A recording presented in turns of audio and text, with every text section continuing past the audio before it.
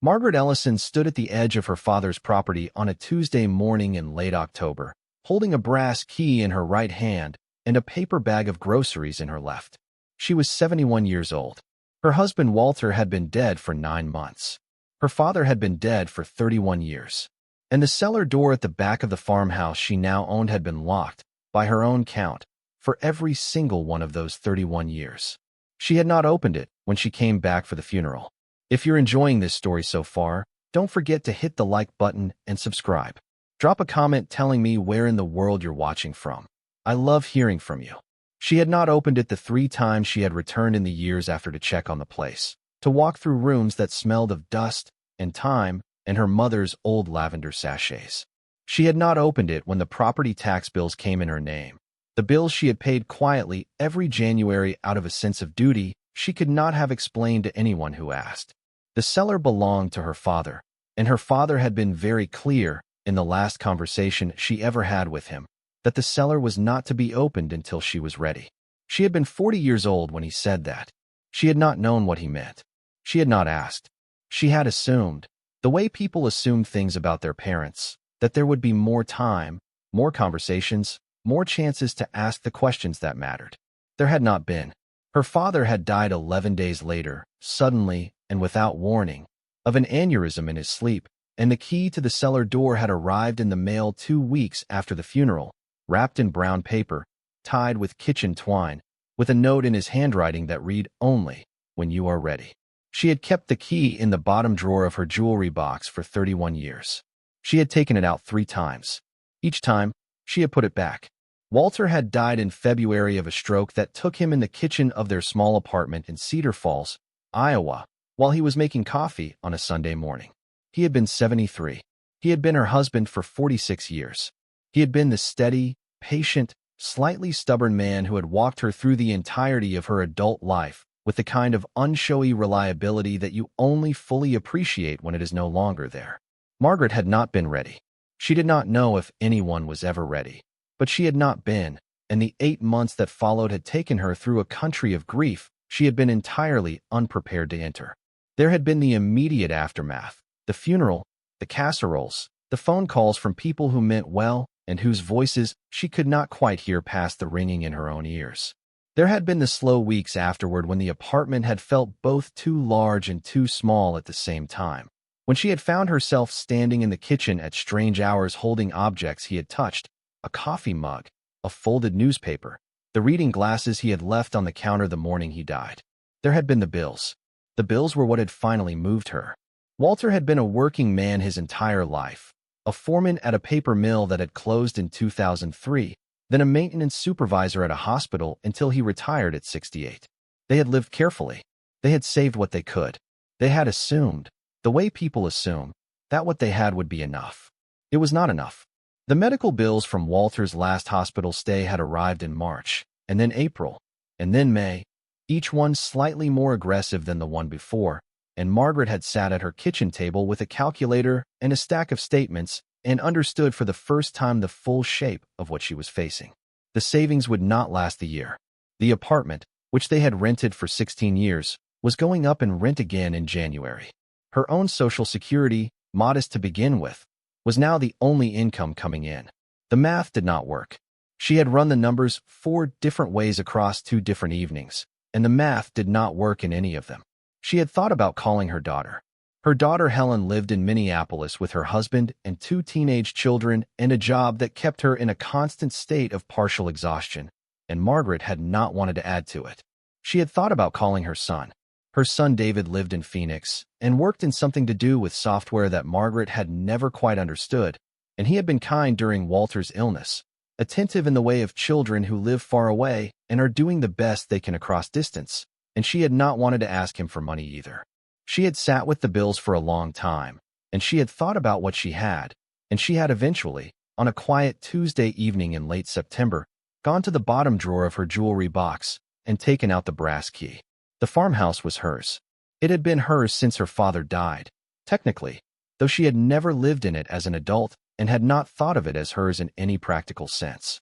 It was a small property on the outskirts of a town called Brennan's Mill in eastern Pennsylvania, 6 acres of land, a house built in 1908 by her grandfather, a barn, a chicken coop that had not held chickens since the 1970s, and a cellar dug into the hillside behind the house that her father had used as a workshop for the last 20 years of his life. The property was paid off. Her father had paid it off in 1979, 3 years before he retired from the steel mill, where he had worked for 41 years. There was no mortgage. There were no liens. There were only the property taxes, which Margaret had paid faithfully every January, and the slow accumulation of time on a building that had been empty for 3 decades. She had called a real estate agent in Brennan's mill in early October. The agent, a brisk woman named Linda Forsyth, had driven out to the property and walked through it and called Margaret back with a number. The number was not what Margaret had hoped for. The house needed a new roof. The plumbing was original to the 1950s renovation her parents had done shortly after they were married. The electrical was a hazard. The kitchen had been frozen in 1973 and looked it. The barn was structurally sound, but would need substantial work to be useful for anything. The cellar Linda had not been able to assess because the cellar was locked and Margaret had not given her the key. In its current condition, Linda had said, "You're looking at a low offer. The kind of offer that buys you maybe a year of breathing room, if you're careful. If you wanted to fix it up first, you might get 3 or 4 times that. But the fix-up costs money you don't have, and the timeline puts you another 18 months out from any sale." Margaret had thanked her and hung up. She had sat at her kitchen table for an hour. Then she had gotten up, gone to the closet, pulled out the small suitcase she and Walter had used for weekend trips when their knees still let them take weekend trips, and started packing. She would go to Brennan's mill. She would stay in the farmhouse. She would do whatever work she could do herself, slowly, across whatever time it took, and she would either sell the property for enough to keep herself afloat, or she would live in it for as long as she could and figure out the rest when the rest needed figuring. It was not a plan exactly. It was the closest thing to a plan she could construct from the materials available to her, and she had decided sometime in the past month that she was finished waiting for better materials to arrive. She had not told her children. She would tell them eventually. She wanted, for the first time in a long time, to do something before she explained it to anyone, to start it and be inside it, and let it become real before it became a thing to be discussed and worried over and possibly talked out of.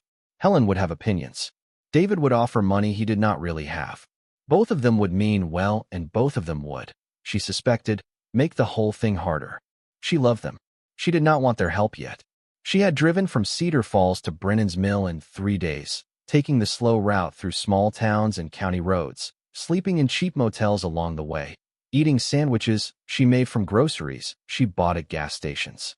The drive had taken her through landscapes she had not seen in years, through the particular flatness of central Iowa and the long roll of Illinois farmland and the gradual rising of the Appalachian foothills as Pennsylvania began, and somewhere on the second day she had realized that she was not as tired as she had expected to be, that the movement itself, the having of a direction, was doing something for her that the stillness of the apartment had not done. She had arrived in Brennan's mill on a Monday afternoon. She had spent Monday evening at the small motel on Route 412, the only one in town, and on Tuesday morning she had driven out to the farmhouse with a paper bag of groceries and the brass key in her pocket. The property looked smaller than she remembered. This was the first thing she noticed. She had expected it to look larger. She had grown up here, had run through these fields as a child, had climbed the apple tree at the south edge of the yard, had helped her mother hang laundry on the line strung between the back porch and the old maple, and her memory of it was the memory of a child, which is to say it was the memory of a place that filled the whole horizon. The actual property was modest. 6 acres was not very much land. The house, painted white in 1968 and never repainted, was gray now in patches where the paint had given up. The barn leaned slightly to the west. The yard had grown into itself across 30 years of no one tending it, the grass tall and gone to seed. The old garden plot her mother had kept now indistinguishable from the rest of the field. It was not ruined. It was just untended. There is a difference, and Margaret had been alive long enough to know the difference. She parked her car at the end of the gravel driveway and got out slowly, her knees stiff from the drive. She stood for a moment beside the car, holding the grocery bag, and looked at the house. The front porch had a gentle sag in the middle, but the boards still looked solid. The windows were intact. The front door, painted a dark green her mother had chosen in 1971, was faded but still in place. She walked up the path to the porch, the gravel crunching under her shoes, and she put her hand on the railing and stood there for a moment with her eyes closed. She could still hear her mother's voice on this porch. Her mother had died in 1988, 6 years before her father, of a long illness that Margaret had come home twice to help with. Her mother had been a quiet woman who laughed easily and cooked with the kind of unforced confidence that came from having done it every day for 50 years. She had been the warm center of this house, and Margaret could feel her absence on the porch as clearly as she could feel the railing under her hand. She opened her eyes. She walked to the front door, took out her keys, and let herself in. The interior of the house was exactly as she had left it the last time she had been here, which had been in the summer of 2011, the time she had come down to check on the place and to clear out a leak in the upstairs bathroom that a neighbor had called about. The furniture was draped in old sheets. The air smelled of dust and the faint sweetness of the mothballs her father had been a believer in. The light through the closed curtains was the gold of a late October afternoon, falling in long bars across a floor that had not been walked on in years. She set her grocery bag on the kitchen table, which was the same kitchen table she had eaten breakfast on as a child, and she stood for a long moment in the middle of the room and let the house settle around her. Then she walked through the rooms. The living room with its brick fireplace and the built-in bookshelves her grandfather had made. The dining room where her parents had hosted Thanksgiving every year of her childhood. The small downstairs bedroom that had been her mother's sewing room and that her father had converted, after her mother died, into the room where he slept because the stairs had gotten to be too much. The kitchen with its 1973 cabinets and its yellowed linoleum and the window over the sink that looked out onto the backyard and the hillside beyond. The narrow staircase up to the second floor, where there were 2 more bedrooms, hers and the one that had been her brother Daniel's before he died at the age of 14 of leukemia in 1956. She did not go upstairs. She did not need to go upstairs today. She needed, she realized, to sit down. She sat at the kitchen table. She put the brass key on the wood beside her, and she looked at it. It was a heavy key, old, the kind of key that belonged to a lock made before locks were standardized. Her father had bought the lock himself in 1962, she remembered, and installed it on the cellar door the same week. She had been a child then, 8 years old, and she had asked him why he was putting a new lock on the cellar door, and he had said only that there were things down there he did not want disturbed. She had asked what things. He had not answered. She had asked again over the years, periodically, the way children ask things and then forget to keep asking, and he had never answered, and eventually she had stopped asking. Her father had been a strange man, not strange in a way that worried anyone, but strange in the way some men of his generation were strange, men who had come back from the war with rooms inside themselves that they did not invite anyone into. He had served in the Pacific from 1943 to 1945. He had not spoken about it. Not once. Margaret had asked, when she was 16 and full of the kind of confidence that comes from not yet knowing what you do not know. And he had looked at her across the kitchen table with an expression she had never forgotten and said, "Margaret, there are some things a man keeps for himself." And she had understood, in the way you understand things when you are 16 and your father looks at you a certain way, that the conversation was finished and would not be reopened. He had worked at the steel mill in Bethlehem for 41 years. He had come home every evening and read the newspaper at this kitchen table while her mother made dinner. He had built a workshop in the cellar in 1962 and had spent most of his evenings there for the last 20 years of his life, repairing things, building small pieces of furniture, working on projects he never quite described. He had loved her mother with a quiet, undemonstrative devotion that Margaret had only fully understood after her mother died, and her father, in the 6 years that followed, had slowly diminished in a way that had less to do with age than with the absence of the person he had built his life around. He had loved Margaret, too, though he had not been a man who said it. He had shown it in the careful way he had taught her to drive, in the patience he had shown when she went through a difficult period at 16, in the letters he had written her in college that had been short and practical, and that she had kept, every one of them, in a box in her closet for 50 years. He had said, in the last conversation she ever had with him, on the phone on a Sunday evening in October of 1994, that the cellar was hers when she was ready. She had been visiting Walter's mother in Connecticut that weekend.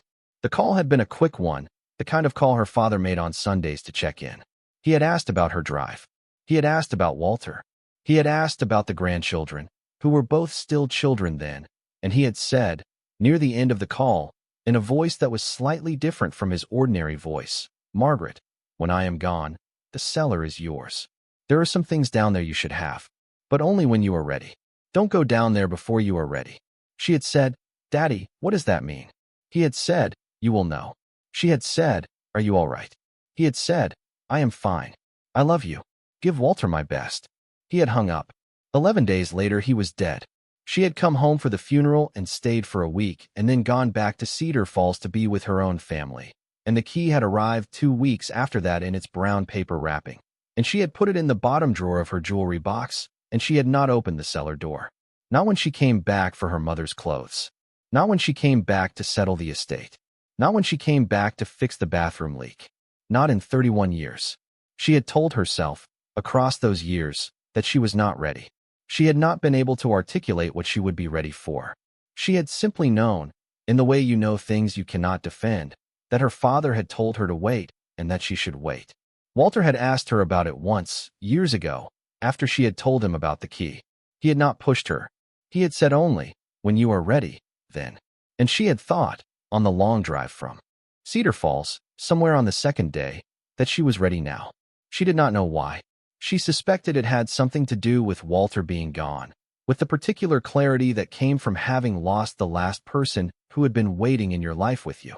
She suspected it had something to do with the bills, with the math that did not work, with the practical necessity of finding out what was in that cellar before she sold the property to someone else who might find out first. She suspected, mostly, that her father had known something about timing that she was only now beginning to understand, and that whatever readiness he had meant, she had finally arrived at it without quite noticing the moment of arrival. She sat at the kitchen table for a long time. The afternoon light moved across the floor. The house was very quiet. Eventually she got up, put her groceries in the refrigerator, which she had asked Linda to plug in the week before, and she pulled the sheets off the kitchen chairs and the living room furniture and folded them carefully and stacked them in the corner. She made up the bed in the downstairs bedroom, the one that had been her father's, because she did not feel like climbing the stairs tonight. She made herself a sandwich from the bread and cheese she had bought, and she ate it standing at the kitchen counter looking out the window at the hillside behind the house. The cellar door was in the back of the property, set into the hillside about 40 feet from the house. Her father had built it that way deliberately, into the slope of the hill, so that the cellar was effectively a structure carved into the earth, cool in summer and not too cold in winter, the way root cellars had been built on this land for generations. The door was made of heavy oak planks, banded with iron, and it sat at the base of a short flight of stone steps that led down from the level of the yard. From where she stood at the kitchen window, she could see the top of the door, the iron banding catching the last of the afternoon light. She would not open it today. She had decided this on the drive. She would give herself a day to be in the house, to let the house settle around her, to let herself remember things at her own pace before she opened the door her father had told her to open only when she was ready. She would open it tomorrow. She was not in a hurry. She had 31 years of not being in a hurry behind her, and one more day would not change anything. She finished her sandwich. She washed the plate at the sink. She walked through the house once more, turning on lights, checking that the windows were locked, settling in the way you settle into a place you are going to be staying in for a while. She sat in the living room in her father's old reading chair, which still smelled faintly of him after all these years, and she read for an hour from a book she had brought with her in her suitcase. Then she went into the bedroom, changed into her nightgown, and got into the bed her father had slept in for the last 6 years of his life. The mattress was old. She would need to buy a new mattress. She added it to the list she was keeping in her head, which already included a new tube for the kitchen faucet and a replacement bulb for the overhead light in the dining room, and various small things that she had noticed across the afternoon. She lay in the bed with the lamp on and looked at the ceiling. She listened to the sounds of the house, the slight creak of the floorboards as the building cooled, the wind moving through the maple tree outside the window, the deep, settled quiet of a place that had been quiet for 30 years and was now, slowly, becoming a place where a person lived again.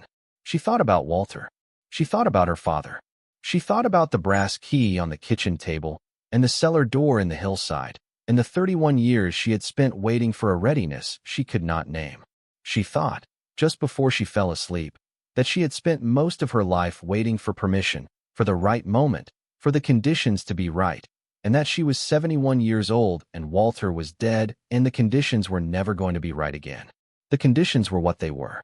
She was what she was. Tomorrow she would open the cellar door, because tomorrow was the day she had decided to open it, and that was a reason as good as any. She slept.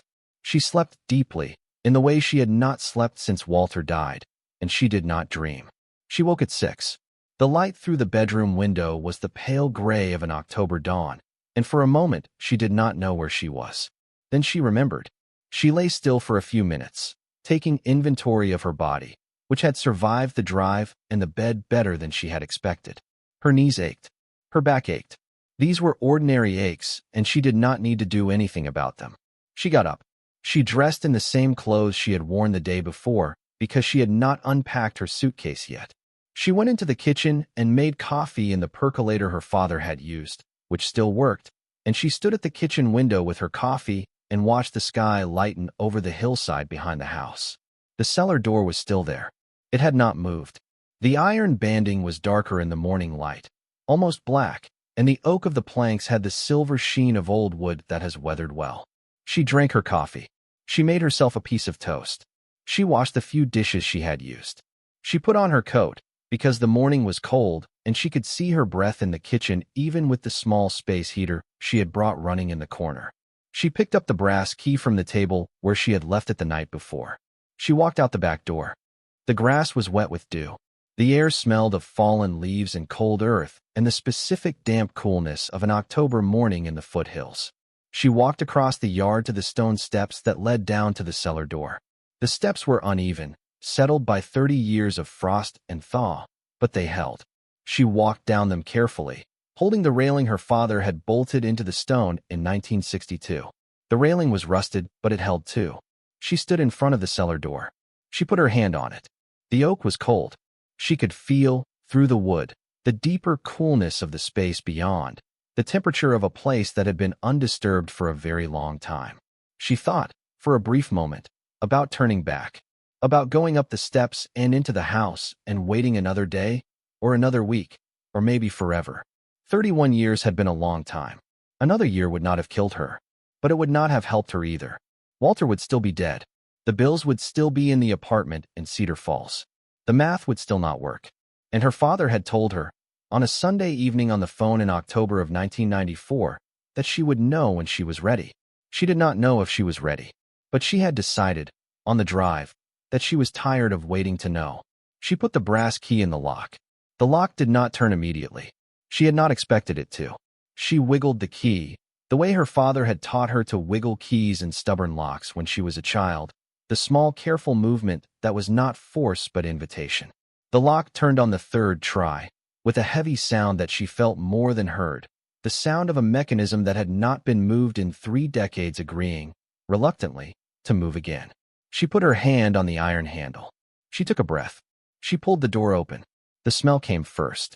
Not the smell of decay, which she had half expected, but something else. Something dry and clean and faintly woody. The smell of old wood and old paper and the cool stone of a space that had been kept properly sealed. There was something else underneath it, a smell she could not immediately place, something almost metallic, almost like the smell of a coin purse her mother had carried when Margaret was a child. She stood in the doorway for a moment, letting her eyes adjust to the darkness. The cellar was bigger than she remembered. The light from the open door reached only the first few feet, and beyond that the space disappeared into a darkness that her memory had not preserved at this scale. She remembered the cellar from her childhood as a small room with a workbench and some shelves. What she was looking at now was something else. She fumbled in her coat pocket for the flashlight she had bought at the gas station on the drive down. She turned it on. She shone it into the darkness. What she saw made her stop. What she saw made her stop, but not in the way she had expected. She had expected, if she was being honest with herself, something dramatic. A wall of gold. A pile of jewelry.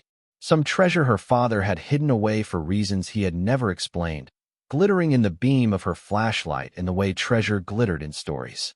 What she saw instead was a workshop. just a workshop. The workbench her father had built ran along the right-hand wall, the same workbench she remembered from her childhood, and on it sat the careful arrangement of tools her father had kept the way some men keep their tools, every one in its place. Every one hung on a pegboard, or set in a drawer, or stood upright in a holder he had made himself out of scrap wood. The pegboard above the workbench held a full set of hand tools, the wood handles dark with use, the metal still bright in places where her father had taken care of them. A vise was bolted to the end of the bench. A drill press stood on the floor beside it. A small lathe, the kind a man used for turning chair legs and small pieces of furniture, sat in the corner under a canvas cover. It was, in every visible particular, a workshop. The workshop of a careful man who had spent 20 years coming down here in the evenings to work on small projects, and who had left the workshop exactly as he had used it on the last evening he came down. Margaret stood in the doorway with her flashlight and felt something settle in her chest that she had not known was unsettled. She had been carrying, she realized, the expectation of something. Across 31 years she had been carrying it, the small persistent question of what her father had meant, and now she was looking at a workshop, and the answer seemed to be that he had not meant anything dramatic at all.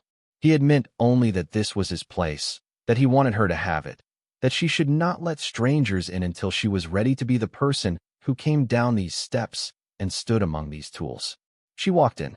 The cellar was wider than the doorway suggested, perhaps 15 feet across and 20 feet deep, the walls lined with stone her grandfather had set when he built the original cellar in 1908, and that her father had reinforced with timber framing in 1962.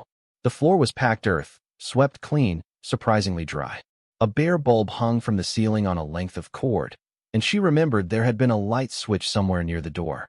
She found it, an old porcelain switch on the wall to the left, and she flipped it. Nothing happened. The bulb was either burned out or the wiring had given up in the 30 years since anyone had used it. She kept the flashlight on. She moved slowly. She did not want to touch anything yet. She wanted to see, first, what was here. The workbench held the work her father had been doing on his last evening, she realized. A small piece of cherry wood was clamped in the vise, half-shaped into what looked like the beginning of a box. A chisel lay on the bench beside it, the blade still sharp. A pencil sat on top of a small notebook, open to a page where her father had sketched a design and written measurements in his careful, blocky handwriting. She did not pick up the notebook. She stood and looked at it. Her father had been here on a Saturday evening in October of 1994. He had been working on this box.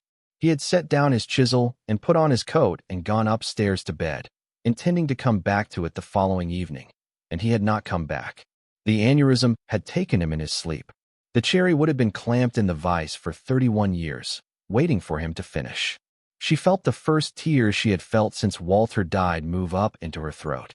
She did not let them come. Not yet. She turned away from the workbench and looked at the rest of the room. The left wall was lined with shelves. The shelves held jars, the kind of glass jars her mother had used for canning, with rubber-sealed lids and metal clamps. There were perhaps 50 jars. They held nails, screws, washers, small pieces of hardware sorted by size and type, each jar labeled in her father's handwriting on a small white tag. Below the shelves of jars sat wooden crates, 4 of them, stacked 2 by 2. On the back wall, opposite the door, hung a series of framed photographs. Margaret had not remembered the photographs. She stepped closer to look at them. The first was a photograph of her grandfather, taken sometime in the 1920s, standing in front of the farmhouse with his hand on the shoulder of a small boy who must have been her father. The boy was perhaps 6 years old. He was wearing overalls and a serious expression.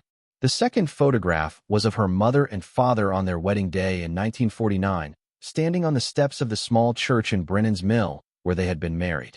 The third was of her father and her brother Daniel, taken in 1955, the year before Daniel died. Daniel was 13. He was holding a fishing rod. He was laughing. Margaret had not seen this photograph before. She knew the photograph that hung in the upstairs hallway of Daniel from the same fishing trip, but the photograph that hung in the hallway was of Daniel alone, posed and slightly stiff, and this one was different. In this one, her father was standing behind Daniel with one hand on his shoulder, looking down at his son with an expression Margaret had seen on her father's face perhaps 3 times in her entire life. It was the expression of a man who was, in that specific moment, entirely happy. She stood and looked at the photograph for a long time. Her father had kept this down here.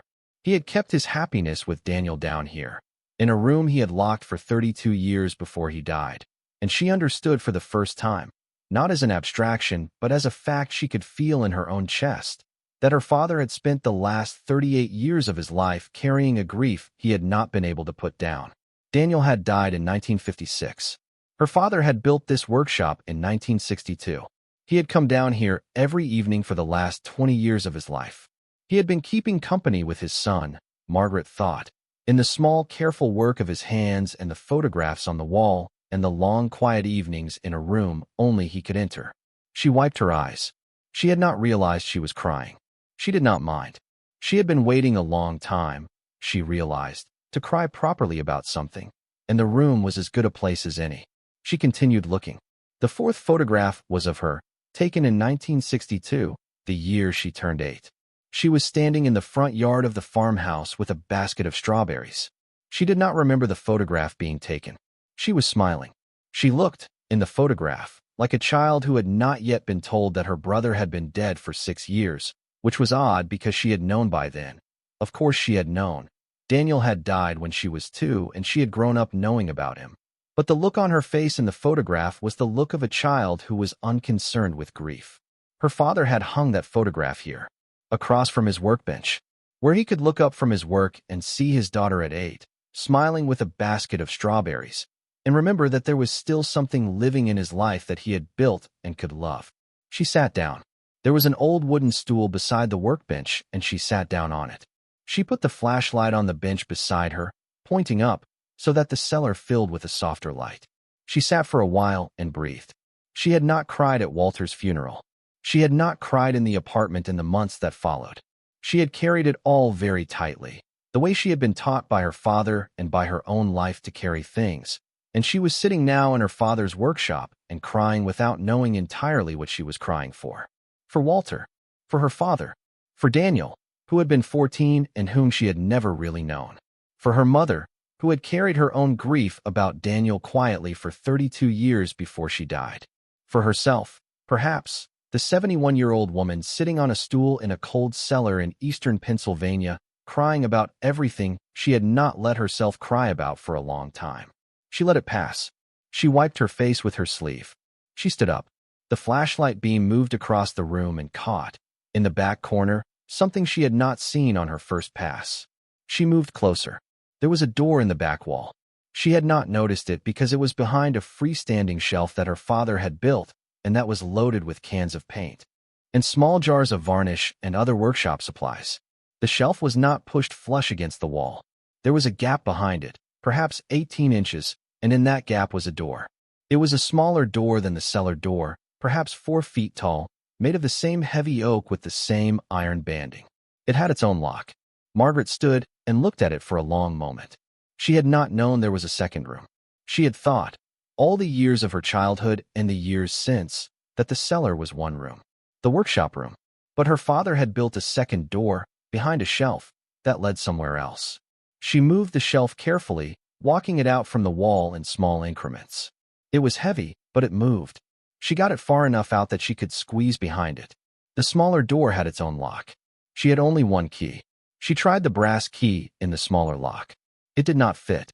She stood in the gap behind the shelf, holding her flashlight, and felt the particular frustration of having traveled this far and now being stopped by a different lock. She went back into the workshop. She looked at the workbench.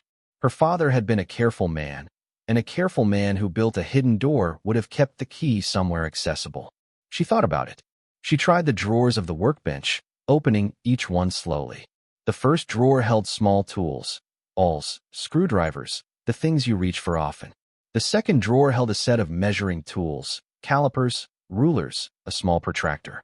The third drawer held papers, receipts, notes, a few letters and envelopes. She moved them carefully, not wanting to disturb them. At the bottom of the third drawer, in a small leather pouch, she found a key. It was a different kind of key, smaller, with a flat shape that suggested a more modern lock than the one on the outer door. She took the key. She went back behind the shelf. The key fit the smaller lock. It turned more easily than the brass key had turned in the outer door. She pulled the smaller door open. If you're hooked on this story, make sure to subscribe and turn on notifications so you never miss an upload. Your support means everything and helps me bring you more emotional stories like this one. The room behind the door was not large. It was perhaps 8 feet by 10 feet, a small chamber cut into the hillside. The walls lined with the same stone as the main cellar, but more carefully finished, the floor laid with old brick.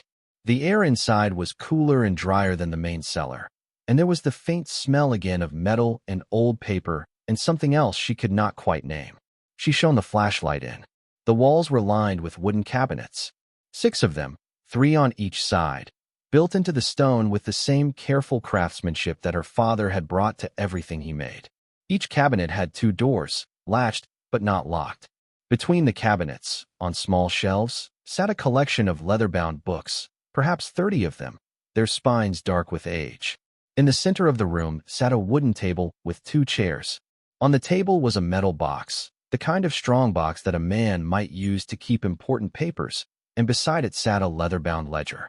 A small oil lamp sat on the corner of the table. The wick of the lamp was trimmed. There was still oil in the base. Margaret stood in the doorway. She did not go in immediately. She looked at the room and felt, for the first time, that she did not understand what she was looking at. The workshop she had understood. The workshop was her father, his grief for Daniel, the small, careful work of his hands. The workshop made sense. This room did not make sense, not yet. This was something else. She stepped inside. She went to the table first. She picked up the leather ledger and opened it to the first page. The handwriting was her father's, but it was younger handwriting, the careful, blocky letters of a man in his 30s rather than the looser hand of his later years. The first entry was dated April 18, 1962. It read, "Began the work today. The room is sealed and the door is hung. I will record here what comes in and what stays. If Margaret is ever to find this, she should know that everything here is honest. Everything here was paid for, or earned, or given. I have kept nothing that was not mine to keep." Margaret read the entry twice. She did not understand what it meant. She turned the page. The second page was a list. Her father had written, in his careful hand, a column of items down the left side of the page and a column of dates down the right. The items were strange. They did not read as a workshop inventory. They read as a collection. April 18, 1962. Coin collection, inherited from father. 312 pieces. Catalogued separately. May 4, 1962. Gold pocket watch, inherited from father. Maker, Hamilton. 1908. June 12, 1962. 3 silver tea services. Family pieces. From mother's estate. August 20th, 1962. Paper currency, pre-1934. Inherited. 47 notes. Catalogued separately. She turned more pages. The list went on. Year after year, careful entries. Items added to the room and recorded in the ledger. Some entries were larger. Some were small. A pair of Civil War-era pistols. A collection of letters between her grandfather and his brother who had emigrated to Australia in 1898. A set of jewelry that had belonged to her great-grandmother. 3 paintings, listed by artist names she did not recognize. A small chest of silver flatware. A box of stamps. Books, listed by title and date, with notes about their condition and their value. She kept turning pages. The entries continued through the 1960s, the 1970s, the 1980s. Her father had added things slowly, 1 or 2 items a year, sometimes none at all. Each entry recorded the source. Inherited from father. From mother's estate. Purchased at auction in Easton, 1971. Acquired from estate sale, Bethlehem. 1976. Gift from Hartley Bridges, in repayment of debt, 1982. The entries were unsentimental. They were a record. They were the record of a man who had been quietly collecting things for 32 years and who had kept track of every piece with the same careful attention he brought to his workshop. The last entry was dated September of 1994, 6 weeks before he died. It read, "Sold the lathe attachments to William Fraser. Will use the money to add to the bond fund. Margaret will want to know about the bonds when she comes. They are in cabinet 3. She closed the ledger. She set it down on the table. She sat down in one of the chairs and put her hands flat on the wood and tried to understand what she was looking at. Her father had built a room. He had built it in 1962, 6 years after Daniel died. and for 32 years he had been bringing things down here and recording them. The things he had brought were not random. They were a careful collection. They were, she understood slowly, his inheritance from his own father and mother, plus the things he had bought and the things he had been given, all assembled in one place with the patience and attention of a man who had been thinking about something for a very long time. She looked at the cabinets. She did not open them yet. She wanted to read more of the ledger first. She picked it up again and turned to a section near the back where her father had written in a different way, longer entries, not a list, but something closer to a journal. The entry was dated December of 1988, the month after her mother died. Her father had written, "Your mother is gone. I have not known how to be in this house without her. I came down here tonight and sat for a long time, and I thought about what she would want me to do with all of this." She knew about the room. She did not approve, and she did not disapprove. She let me do what I needed to do. She understood, I think, that this was the way I kept Daniel. Not the only way, but one of the ways. She had her own ways, and they were better than mine. She had the garden and her sewing and her friends and the church. I had this room. I have been here perhaps too much, but it has not been a sickness. It has been a kind of attention. I have been paying attention to small things and recording them carefully because the alternative was to pay attention to the large thing, which was Daniel being gone, and I could not pay attention to that the way I needed to. So I paid attention to coins and watches and the small particular weight of objects, and I kept a record. Your mother understood that. I hope you will understand it too, when you find this. Margaret put the ledger down. She covered her face with her hands. She sat that way for a while. She did not know how long. The room was very quiet. There was no sound from the world above. There was no sound except her own breathing, and the small settling sounds of a building that had been settling slowly for over 100 years. When she lifted her face, she stood up and went to the first cabinet. She opened the doors. Inside, on shelves lined with felt, sat the coin collection. It was housed in a series of wooden trays, each tray slotted to hold individual coins in protective cases. There were hundreds of coins. Hundreds. Margaret did not know coins. She had never been a collector, but she had been alive long enough to know that the coins in these trays were not ordinary coins. They were old. Some of them were very old.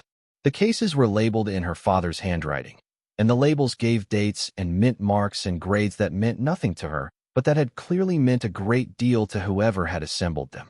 She picked up one of the trays and looked at it in the flashlight beam. The coins inside caught the light. Silver, mostly, and a few that looked like gold. She did not touch them. She put the tray back. She closed the first cabinet. She opened the second. Inside was a different kind of collection. Currency. Paper money, sleeved in protective covers, arranged in a binder. She opened the binder. The notes were from another era, large bills and denominations she did not recognize, the engraving heavy and ornate, the paper thicker than modern currency.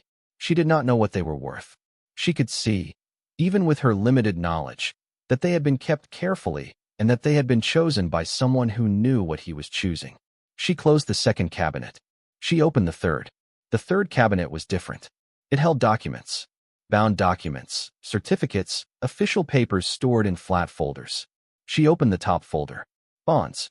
Treasury bonds, U.S. savings bonds, corporate bonds, all of them in her father's name, all of them with maturity dates that had long since passed. She did some quick math in her head. The face values she could read on the top documents were not small. They were not small at all. She did not let herself add them up. She did not need to add them up yet. She closed the folder and put it back and closed the cabinet. She opened the fourth cabinet. Inside were the silver pieces her father had recorded in the ledger. 3T services, wrapped in soft cloth, sitting on padded shelves. A box of flatware. A pair of silver candlesticks. A silver pitcher. The pieces were not display pieces. They were family pieces, the kind that had been handed down through 3 or 4 generations, with the slight scratches and small dents that came from being used. They were the silver of a family that had lived with silver and used it and not treated it as something separate from ordinary life. The fifth cabinet held the jewelry. She opened the velvet-lined trays slowly. There were rings, necklaces, a pair of earrings with stones that caught the flashlight beam in a way that made her step back. A brooch in the shape of a flower, a pendant on a long chain. The pieces were not modern. They were from the late 1800s and the early 1900s, the The kind of jewelry that women had worn to evening events in a different century, the settings ornate, the stones cut in patterns she could not name. There was a card in each tray, in her father's handwriting, identifying the piece and its origin. Margaret had to sit down again. She sat in the chair at the table and held one of the trays in her lap and looked at the jewelry, and she thought about her great-grandmother, who had died in 1932, a woman she had never met, and who had apparently owned these pieces and worn them and passed them down to her son, who had passed them down to his son, who had brought them down to a stone room behind a hidden door in a cellar in eastern Pennsylvania and recorded each one in a ledger. The sixth cabinet held the paintings and the books. The paintings, 3 of them, were wrapped in protective cloth. Margaret did not unwrap them yet. She would later. She would take them upstairs into the light and look at them properly. The books, in their own section, were leather-bound, the kind of books that had value not for what they said, but for what they were. First editions. Rare bindings. The kind of books that her father, who had been a serious reader but not a wealthy man, would never have bought new in his life. They had come from somewhere. They had come from his father, and from auctions, and from estate sales, and from people who had owed him favors. He had been gathering them, slowly, for 32 years. Margaret closed the sixth cabinet. She sat down at the table. She picked up the ledger again. She turned to the back, to the last few pages, where her father had kept what looked like a summary. She read it carefully. He had written, on the second to last page, "I have not had this appraised. I do not want it appraised in my lifetime. I do not want anyone to know what is here. Some of these things are valuable. I think probably more valuable than I understand. But I have not wanted to know the numbers. The numbers would have changed the way I held them. They are not numbers to me. They are pieces of my father and my grandfather and the family before them. And they are pieces of the small, careful work I have done in my own life since Daniel died. And they are not for sale. If Margaret wants to sell them when she finds this, that is her choice. They will be hers. She will not need my permission. But I hope she will think carefully before she sells anything. I hope she will understand that some of these things are worth keeping for what they are, not for what they are worth."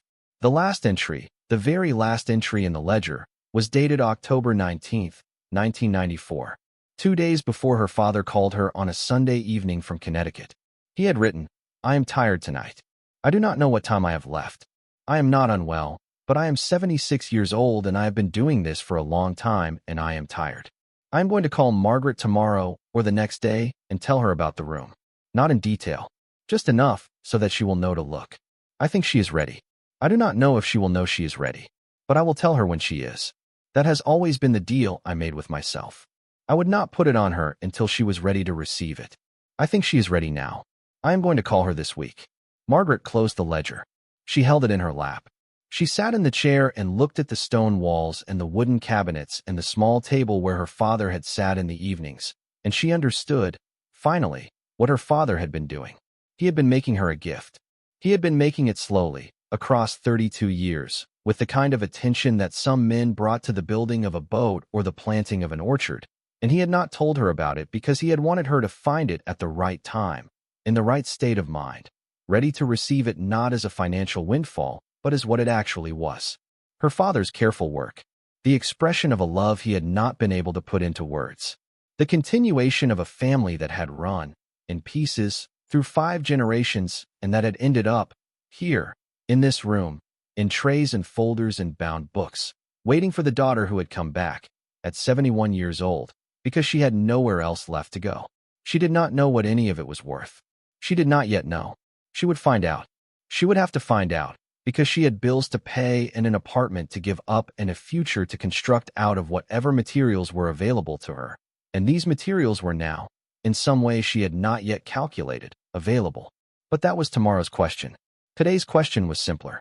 Today's question was sitting in a chair at a small wooden table in a stone room behind a hidden door, holding a ledger that her father had written across 32 years, and understanding, for the first time, what the brass key had been for. She sat for a long time. Eventually, she got up. She closed the small door behind her. She did not lock it. She did not need to lock it.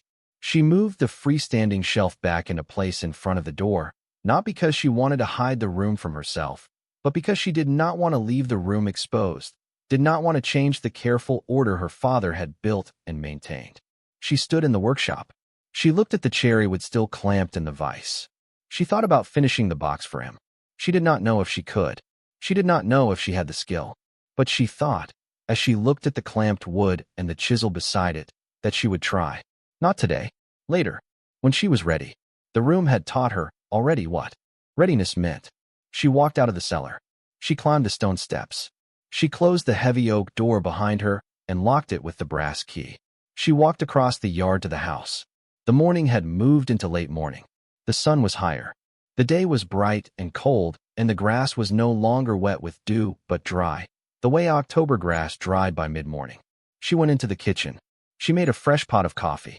She sat at the kitchen table where her father had read the newspaper every evening of his adult life, and she drank her coffee, and she thought. She would need help. This was the first thing she understood. She did not know coins, and she did not know stamps, and she did not know jewelry, and she did not know what bonds from 1968 were worth when they had matured 40 years ago. She would need someone who could tell her, and she would need to be careful about whom she asked, because the contents of that room represented, she suspected, more money than she had ever held in her hands or her bank account in her entire life. She did not yet know how much more. She did not want to know yet. She wanted to be careful before she knew, because she had a sense, sitting at the kitchen table with her coffee, that the knowing would change things, would shift the ground under her in ways she could not predict, and she wanted to be standing on stable ground when the shift came. She thought about her father. She thought about what he had said in the ledger. The numbers would have changed the way I held them.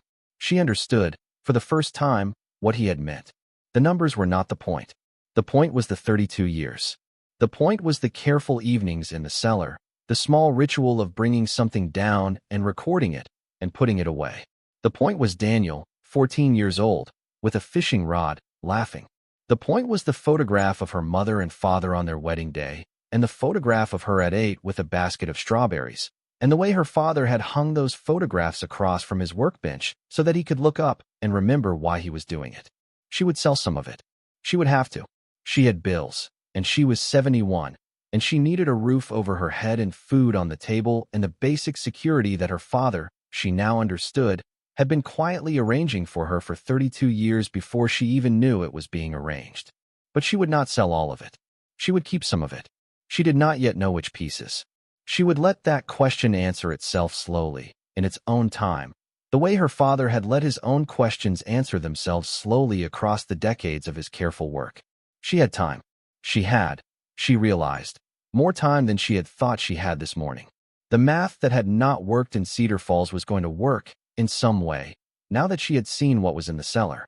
The math was going to be a different kind of math. She finished her coffee. She washed the cup at the sink.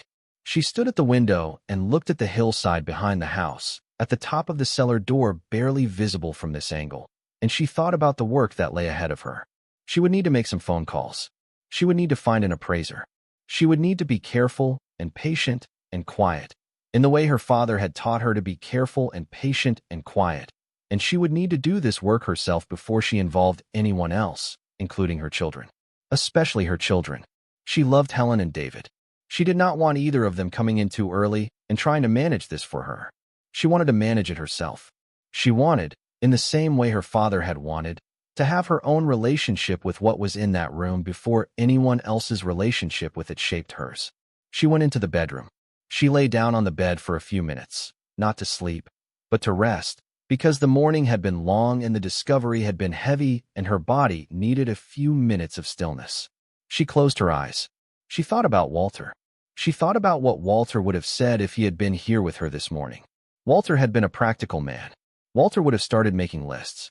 He would have said, "All right, Margaret, we need to be sensible about this. We need to make a plan. We need to figure out what's what." He would have said it with affection, and he would have meant it, and she missed him so much in that moment that she had to press her hand against her chest to hold herself together. But she could hear his voice. She could hear what he would have said, and she could continue the conversation in her head, and that was a kind of company. That was a kind of company she had not realized was still available to her until she lay down on this bed in this house and let herself listen for him. She got up. She made a list, the way Walter would have wanted her to make a list. She wrote it on the back of an envelope she found in the kitchen drawer, with a pencil she found in the same drawer. 1.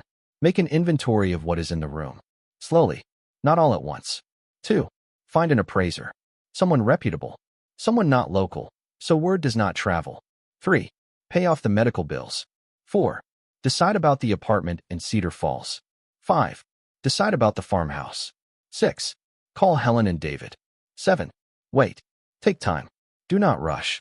She looked at the list. She added one more item. 8. Finish the cherrywood box. She put the list on the kitchen table. She got her coat. She went outside. She wanted to walk the property, the whole property, for the first time in 31 years. She wanted to see it in the light of what she now knew, to understand what she had inherited, not just the contents of the cellar, but the land itself, the 6 acres, and the house, and the barn, and the chicken coop, and the apple tree at the south edge of the yard. She walked. The grass was tall and dry. The apple tree was older than she remembered, gnarled and bent, but still standing, with a few late apples on the upper branches that the birds had not yet found. The barn leaned to the west. The chicken coop was barely a shape anymore, more an idea of a chicken coop than the thing itself. The fence line at the back of the property had fallen in 3 places. She noted everything. She did not feel overwhelmed.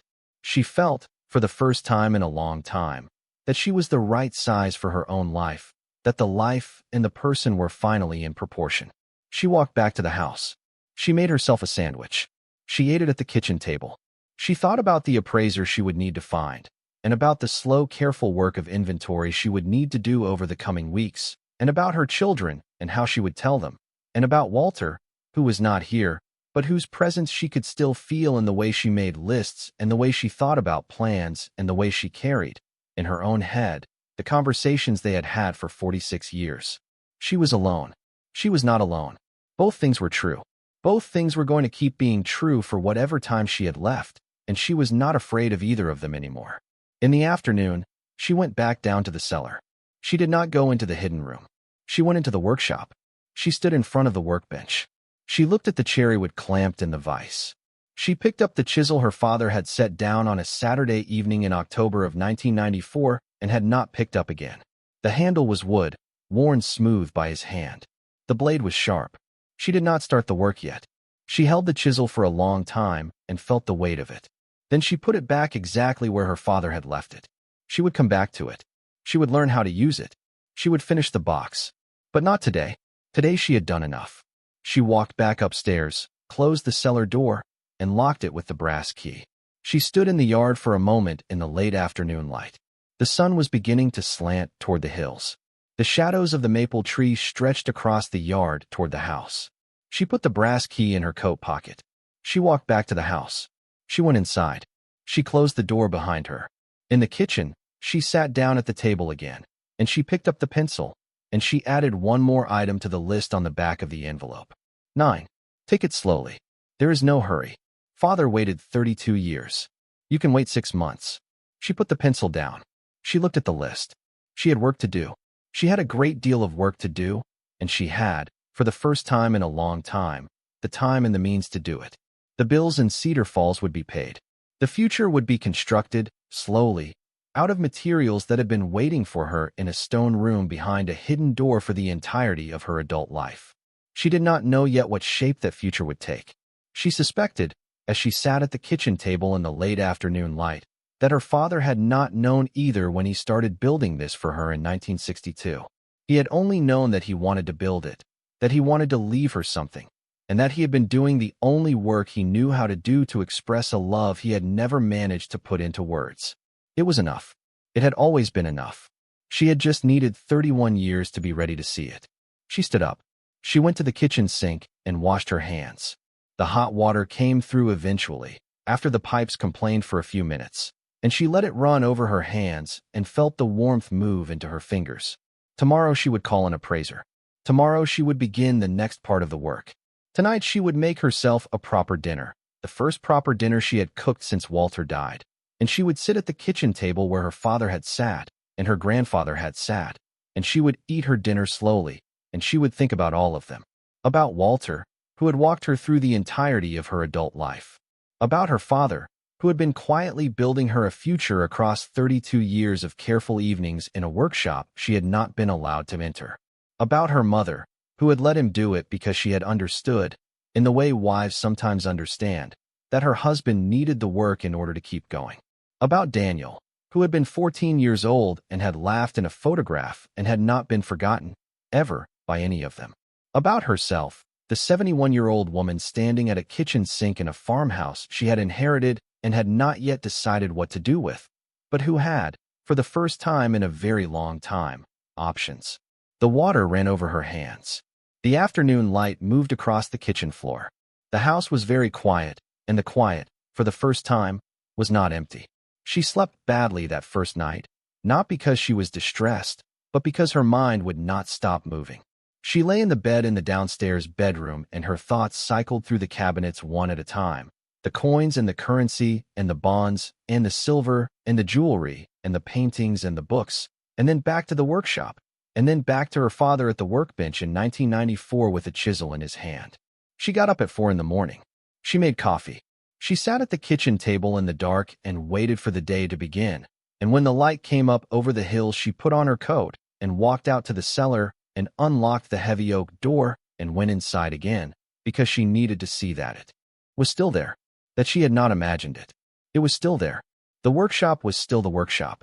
The freestanding shelf had been moved back into place the way she had left it, and she did not move it again that morning because she did not need to see the inner room. She needed to know that it existed. That was enough for now. She stood in the workshop and breathed the dry, cool air and looked at the photographs on the wall. And then she went back upstairs and made breakfast and began the next part of the work. She started with the phone book. Brennan's mill had a small library on Court Street that she remembered from her childhood, and the library, when she drove into town at 9 that morning, was still where it had always been, in a small brick building beside the post office. She had not been to a library in a long time. She had forgotten the smell of one, the particular smell of paper and old wood polish and the carpet that absorbed everyone's footsteps and kept the room quiet. The librarian was a woman in her 50s named Patricia Hollis, who looked up from her desk when Margaret came in and asked if she could help. Margaret said she wanted to look up some information about appraisers, about coins, specifically, and stamps, and old documents. She did not say why. Patricia did not ask. Patricia walked her over to the reference section and showed her the directories for the regional auction houses, the appraisal societies, the certified numismatists in the broader area. She helped Margaret photocopy a few pages. She did not ask any questions Margaret did not want to answer. Margaret had been afraid, walking into the library, that a small town would mean a small town conversation, that everyone would want to know what brought her to the library on a Wednesday morning. But Patricia was a professional and treated her like a person who had come to the library for a reason and was entitled to that reason in private. Margaret took the photocopies home. She sat at the kitchen table with a fresh cup of coffee and read through the names slowly. She was looking for someone specific. She was looking for a person who would come to the property, who would do the work quietly, who would not advertise what they had seen. She was looking, she realized, for someone who had been doing this kind of work for a long time and who understood, in the way her father had understood, that the numbers were not the point. She found a name. A man named Edward Coyle of Coyle Estate Appraisals, based in Allentown, an hour and a half east. The listing said he had been in business since 1981, that he was a member of the American Society of Appraisers, that he specialized in estate work for older properties and family collections. The listing did not say much else. Margaret called the number on the photocopy. A woman answered, polite, asked her to wait, and then a man came on the line. His voice was quiet. He sounded like a man in his 60s or 70s. She told him she had inherited a property and that there was a collection in it that she needed appraised, and that she wanted the appraisal done discreetly, and that she would prefer if he came to the property rather than her bringing the items to him. He listened without interrupting. When she was finished, he said, Mrs. Ellison, I can come out on Friday morning. I will need most of the day. If the collection is what you suggest it may be, I will not be able to give you complete numbers in one visit, but I can give you a preliminary assessment and a recommendation for next steps. Would that be acceptable? She said yes. He said he would see her Friday at 9. He did not ask for a deposit. He did not ask for anything else. He said goodbye and hung up, and Margaret sat with the receiver in her hand for a moment before she put it back, and she thought that her father would have liked this man's voice. Wednesday afternoon she spent in the cellar. She brought a small notebook and a pencil, and she began the inventory. She did not photograph anything. because she did not own a camera, and her phone was an old phone that did not take very good pictures. She wrote down what she saw. She started with the first cabinet, the coin collection, and she copied the labels her father had written on the trays. The coins themselves she did not handle. She wrote down the dates and the mint marks and the brief identifying notes her father had left, and she filled 12 pages of her notebook with the contents of the first cabinet alone. The work was slow. She found that she liked the slowness. There was a rhythm to it, a way of being present with each piece without rushing through it, and she understood, as the afternoon moved on, that her father had built this rhythm into the work. The room rewarded patience. It punished hurry. She did not hurry. Thursday, she did the second and third cabinets. Currency in the morning, bonds in the afternoon. She found that the bonds were more complicated than she had anticipated. Her father had kept them in chronological order, the earliest from 1962 and the most recent from 1993, and many of them had matured years ago without being redeemed. She wrote down the face values, the issue dates, the maturity dates. She did the math on a few of them to give herself a sense of scale. The math was startling. She made herself stop doing the math and just record the information. She would let Edward Coyle do the math properly when he came on Friday. Thursday evening, she called Helen. She had decided, the night before, that she would not tell her children everything at once, that she would tell them in stages, the way her father had given things to her in stages, and that the first stage would be the simplest. She picked up the phone in the kitchen and dialed Helen's number. Helen picked up on the third ring, her voice carrying the particular tightness it carried when she was in the middle of cooking dinner with 2 teenagers in the house. "Mom," Helen said, "are you all right? I have been trying to reach you for 3 days. Margaret said, I am in Pennsylvania. I am at the farmhouse. I drove down on Monday. I am sorry I did not tell you sooner. I needed to come down here and look at some things." Helen was quiet for a moment. Then Helen said, "The farmhouse. The one Grandpa left you. You drove there by yourself." "Yes," Margaret said. "Mom, you are 71. You should not be driving across the country by yourself. Why did you not call me? I would have come with you. Or David could have flown out and met you." "I did not want either of you to come," Margaret said. "I needed to do this part by myself." Helen was quiet again. Margaret could hear, through the phone, the sound of a kitchen timer going off, and Helen's husband Tom saying something in the background, and Helen telling him to handle the chicken. Then Helen came back. "All right," Helen said. "Tell me what is happening. Are you safe? Is the house safe? Is there anything I need to know?" "I am safe," Margaret said. "The house is fine. The house is actually fine, Helen. It needs work, but it is fine. I am staying in the downstairs bedroom that was your grandfather's. I am eating well. I have heat and water. I am taking my pills. I am not in any difficulty." "Then why are you there, Mom?" Margaret thought about how to answer this. She thought about telling Helen, right then, on a Thursday evening with the chicken burning on the stove and the teenagers fighting in the background, about the room in the cellar and the ledger and the cabinets. She decided against it. She wanted Helen to be in a place where she could listen. She wanted to tell her in person, eventually. She wanted to tell her after she knew what the appraisal showed, after she had spoken to David, after she had a sense of what she was actually telling her. "I am going through your grandfather's things," Margaret said. "There are some things here I need to sort through. It is taking some time. I will be here for a few weeks, maybe longer. I will call you every few days. I will tell you when I am coming home, or what I am doing about the apartment. I just needed to be here for a while." "Mom." "I know, Helen," Margaret said. "I know how this sounds. I am telling you I am all right. I am asking you to trust me on this. Can you trust me on this for a little while?" Helen was quiet again. The chicken timer had stopped. The teenagers had stopped fighting. There was the particular quality of a kitchen where everyone had paused to listen to a conversation no one was supposed to be listening to. Helen said, finally, "All right, Mom. I trust you. Just call me. Call me a lot. Promise me you will call me a lot." "I will," Margaret said. "I love you. Tell Tom I said hello. Tell the children I said hello. Eat the chicken before it burns." Helen laughed. It was a small laugh, but it was real.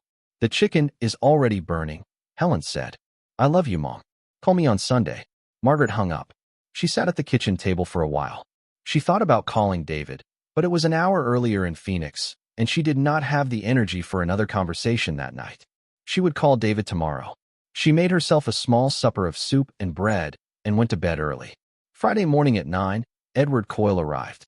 He drove a sedan that was probably 10 years old, and he got out of it carrying a leather briefcase and wearing a tweed jacket that had also probably been 10 years old.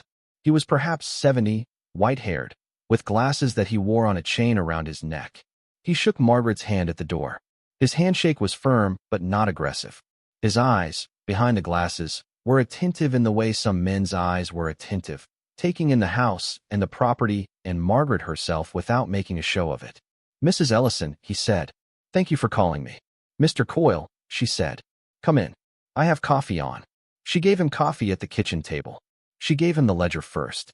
She had decided, the night before, that she would let the ledger speak for itself before she took him down into the cellar. He sat at the kitchen table with the ledger and his coffee, and he read for 40 minutes without saying anything. He turned the pages slowly. He made small notes in a leather notebook he had taken out of his briefcase. He stopped twice to look up at Margaret with an expression she could not entirely read. He drank his coffee. He finished the ledger. He closed it and put his hands flat on top of it. He looked at her. "Mrs. Ellison," he said, "may I ask, the man who kept this ledger, what was his profession?"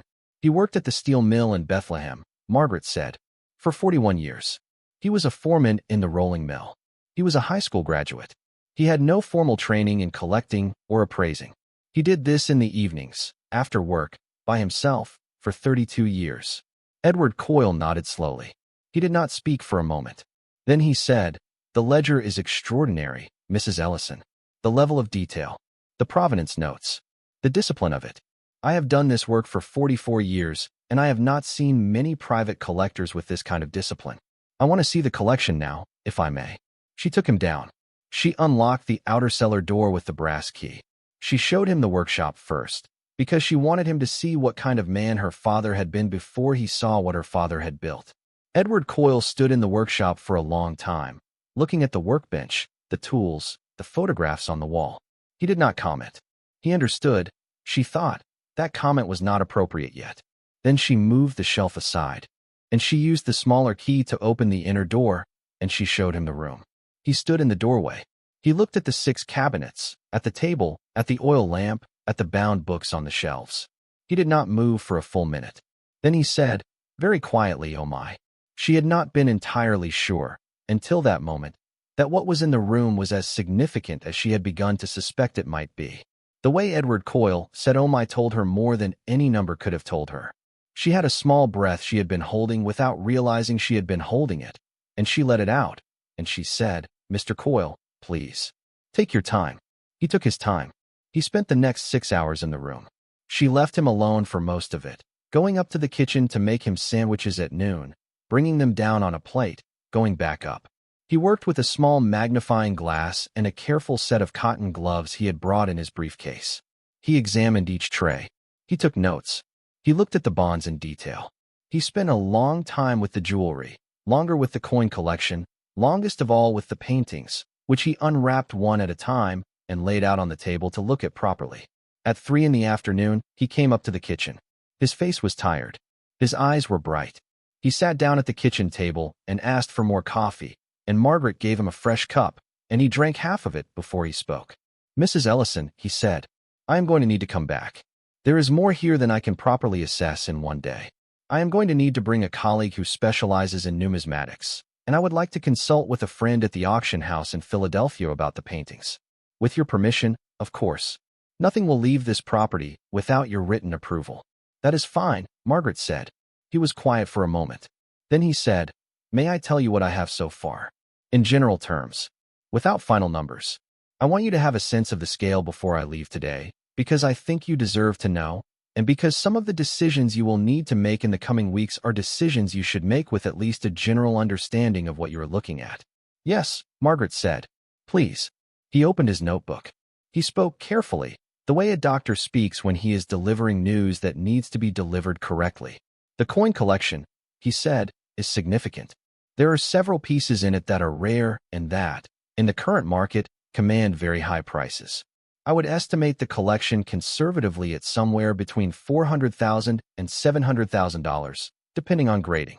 A full professional grading will narrow that range.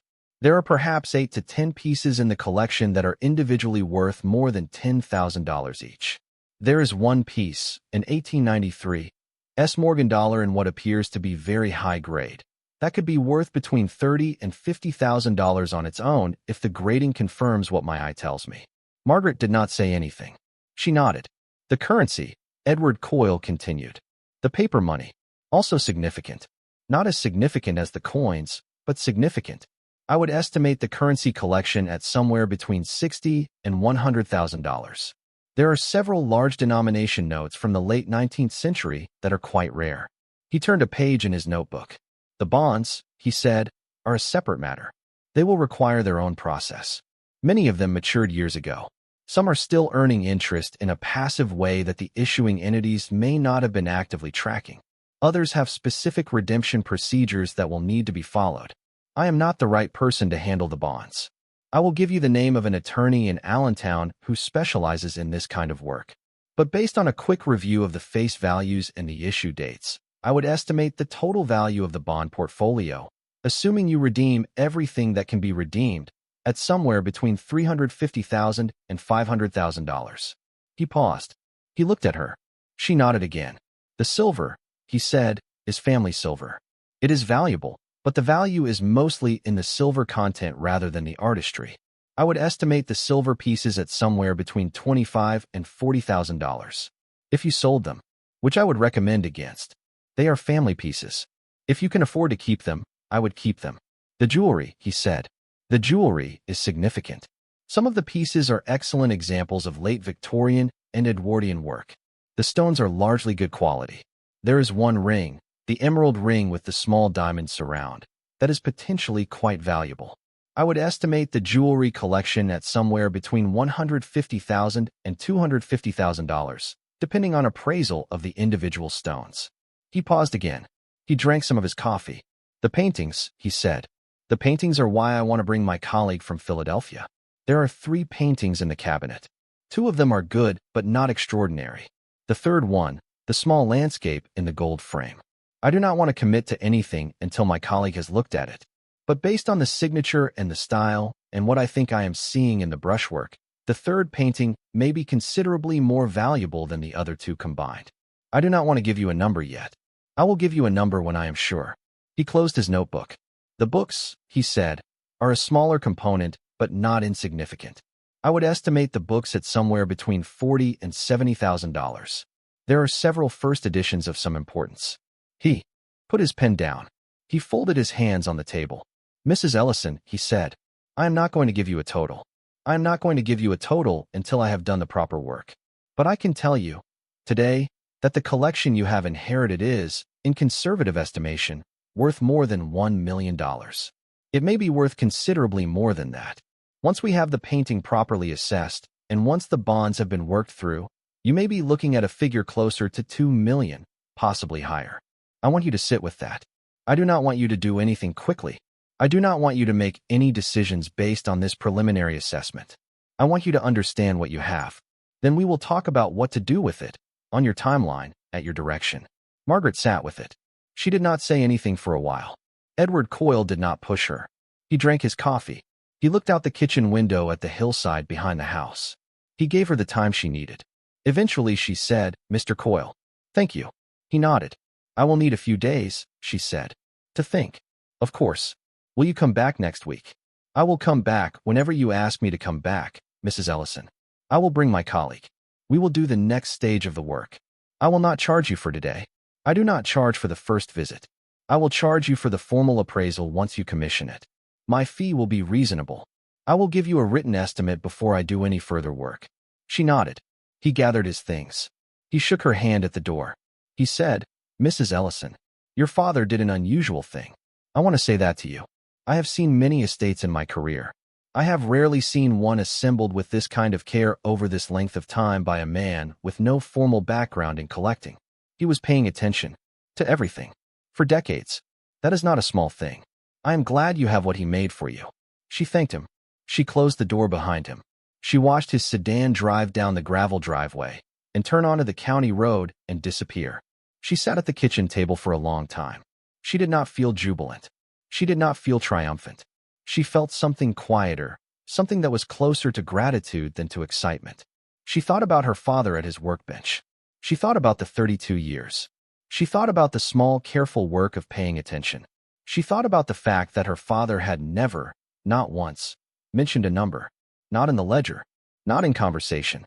Not even in the last phone call. He had not built this for the numbers. He had built it because he had needed to build something, and because he had wanted her to have it, and because Daniel had died when Daniel was 14, and her father had needed a way to keep going that did not require him to talk about what could not be talked about. She called David that evening. The conversation was different from the conversation with Helen. David was a quieter person than Helen, more reflective, slower to react. She told him she was in Pennsylvania, that she was going through her father's things, that she would be there for some time. He asked if she was all right. She said she was. He asked if she needed money. She said she did not, and that she would explain why eventually, but that she did not need money. He asked if he could come visit. She said, not yet. Soon, but not yet. He accepted this. He said, all right, Mom. Call me whenever you want. I love you. She hung up. She thought, my children are good people. She had known this for years. She felt it freshly that evening. She went down to the workshop on Saturday morning. She did not go into the inner room. She stood at the workbench. She picked up the chisel her father had set down in October of 1994. She picked up the cherry wood from the vise, and she examined it. It was a small box. Her father had marked the joints in pencil before he had stopped. He had been planning. She could see now, a box with finger joints at the corners, the kind of joinery that required patience and practice and a steady hand. She did not have a steady hand. She had not done any woodwork in her life. She set the cherry wood back in the vise, the way her father had clamped it, and she stood for a long time looking at it, and she thought. She would not finish the box yet. She would not finish it because she did not know how. But she would learn. She had time. She now understood, an unusual amount of time. She could take a class somewhere. There were community colleges. There were adult education programs. There was a woodworking school she had seen advertised on a flyer at the library. She would learn to use a chisel properly, and a plane, and a hand saw, and the small, careful tools her father had used, and when she had learned enough, she would come back to this box, and she would finish it for him. It might take a year. It might take 2. It might take longer. She did not mind. The box would wait. The box had already waited 31 years. The weeks that followed moved at a pace she set. Edward Coyle came back twice in November. He brought his colleague, a man named Henrik Voss who specialized in coins and who confirmed, after a full day of grading, that the coin collection was worth more than Edward had initially estimated. The Morgan dollar was indeed in extraordinary condition and would, Henrik said, likely fetch $60,000 or more at auction. Several other pieces in the collection were also in better condition than initial review had suggested. The revised estimate for the coin collection alone was $750,000. The painting was the surprise. Edward's friend from Philadelphia, a woman named Charlotte Allard, came in early December. She spent a full afternoon with the small landscape in the gold frame, examining it in different lights, looking at the back of the canvas, photographing the signature. When she finished, she sat at the kitchen table and told Margaret that the painting was, in her professional opinion, a previously unknown work by an American Hudson River School painter who had died in 1898 and whose works, when they came on the market, regularly sold for several $100,000. The painting would need authentication. The process would take months. But if the authentication was successful, the painting alone might be worth between $300,000 and $500,000. Margaret listened. She thanked Charlotte Allard.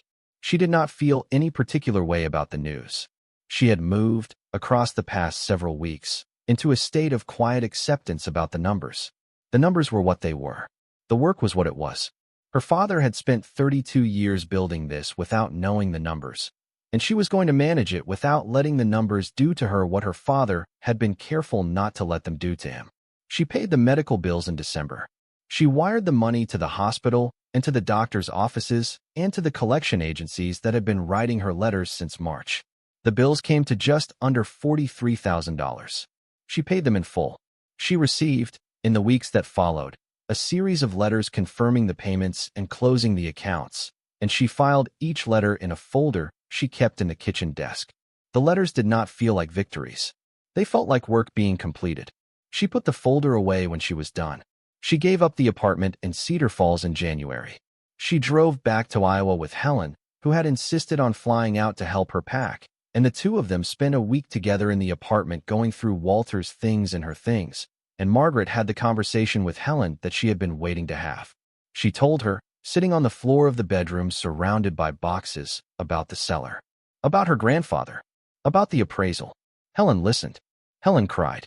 Helen asked, near the end of the conversation, why Margaret had not told her sooner. Margaret said, because I needed to be inside it first, before I let anyone else inside it. I needed to understand what your grandfather had done. Helen had nodded. Helen had said, I understand, Mom. I do not entirely understand, but I understand enough. They drove back to Pennsylvania together. Helen stayed for 3 days. She helped Margaret move into the farmhouse properly, helped her clean the kitchen and the bathroom, helped her set up the downstairs bedroom in a way that worked for an older woman who was going to be living alone in a house that needed work. Helen went down into the cellar on the second day. Margaret took her. Helen stood in the workshop and looked at the photographs on the wall, and she stood in the inner room and looked at the cabinets, and she did not say much. At the end she said, Mom, he really loved you. Margaret said, yes, he did. I am only just understanding how much. David flew out in February. The visit was different from Helen's. David was quieter.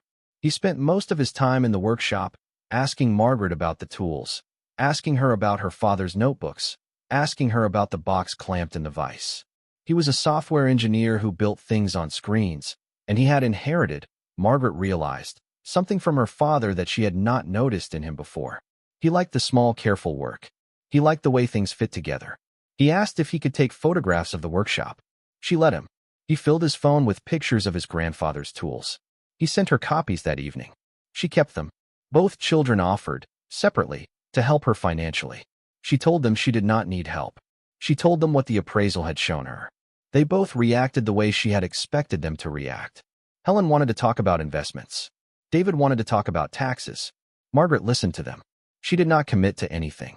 She told them, in slightly different words to each of them, that she had been managing her own money for a long time and that she was going to continue managing it now, with their advice if she wanted it, but with her own decisions at the end. They accepted this. They had been raised by her. They had known, at some level, that she was a person who made her own decisions, and they had perhaps forgotten it during the months when Walter was dying and she had been less herself than they were used to. She was herself again now. They could see it. They adjusted. The auctions happened across the spring. Edward Coyle handled most of the logistics. He arranged for the coin collection to be sold through a specialist auction house in New York. He arranged for the jewelry to go to a different auction house that specialized in estate jewelry. He arranged for the painting to be authenticated, which took until April, and which confirmed that it was indeed by the artist Charlotte Allard had identified. The painting sold in May for $460,000. The coin collection sold over the course of 3 auctions for a combined total of $812,000. The jewelry sold for $180,000. The currency sold for $95,000. The books sold quietly through a private dealer for $58,000. The bonds, which were the most complicated part of the process, were redeemed across 6 months with the help of the attorney in Allentown and brought in, after taxes and fees, for $140,000. Margaret did not keep all of it. She set aside enough for herself to live on comfortably for the rest of her life, plus a substantial reserve for medical care, plus a generous emergency fund. She set up trusts for both of her children that would mature in stages over the next decade, so that they would not receive everything at once. She set up college funds for her 4 grandchildren. She made a donation to the Historical Society in Brennan's Mill, which had been struggling to maintain the small museum on Court Street, large enough that the museum could be renovated and an endowment established to keep it running for the next generation. She made a donation to the Steel Workers Health Fund in Bethlehem, in her father's name, because her father had retired before the mill closed and had been spared the worst of what had happened to the men who came after him. But he had known many of those men and had cared about them, and Margaret wanted his name to be associated with something that helped them. She kept the silver, all 3 tea services, the flatware, the candlesticks, the pitcher. She used them. She did not put them in a display case. She used them at her own kitchen table, polishing the pieces herself once a month with a soft cloth, eating off the plates and drinking from the cups, the way her great-grandmother had used them and her grandmother had used them. The silver was meant to be used. Her father had written so in the ledger. She honored what he had written. She kept some of the jewelry. The emerald ring that had been appraised highly, she did not sell. She wore it. It was too large for her finger, but a jeweler in Allentown sized it down for her, and after that she wore it every day. She wore it because it had belonged to her great-grandmother, whom she had never met, and because her father had kept it for her across all those years, and because she had reached the age where a woman could wear a serious piece of jewelry without feeling self-conscious about it. She also kept her great-grandmother's pearl necklace and the small brooch shaped like a flower. The rest of the jewelry she sold. The money from the jewelry went into the trusts for her grandchildren. She kept several of the books, not the most valuable ones. The most valuable ones she sold because they were better off with collectors who could care for them properly.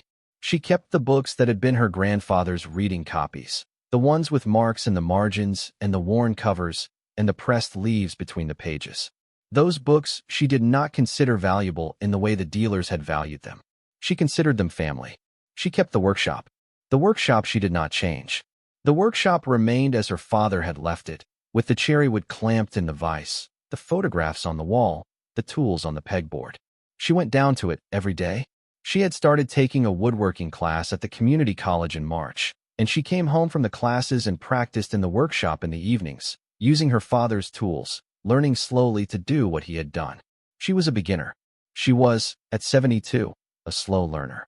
She did not mind being a slow learner. The slowness was the point. The slowness was the inheritance. In June, she had the roof of the farmhouse replaced. She had the plumbing redone. She had the electrical brought up to code. She had the kitchen, which had been frozen in 1973, gently updated, keeping the bones and the cabinets, but replacing the appliances and the linoleum. She did not modernize aggressively. She kept the character of the house. She kept her father's reading chair in the living room. She kept her mother's curtains in the kitchen. She added what was needed and left what was not. She had the barn repaired.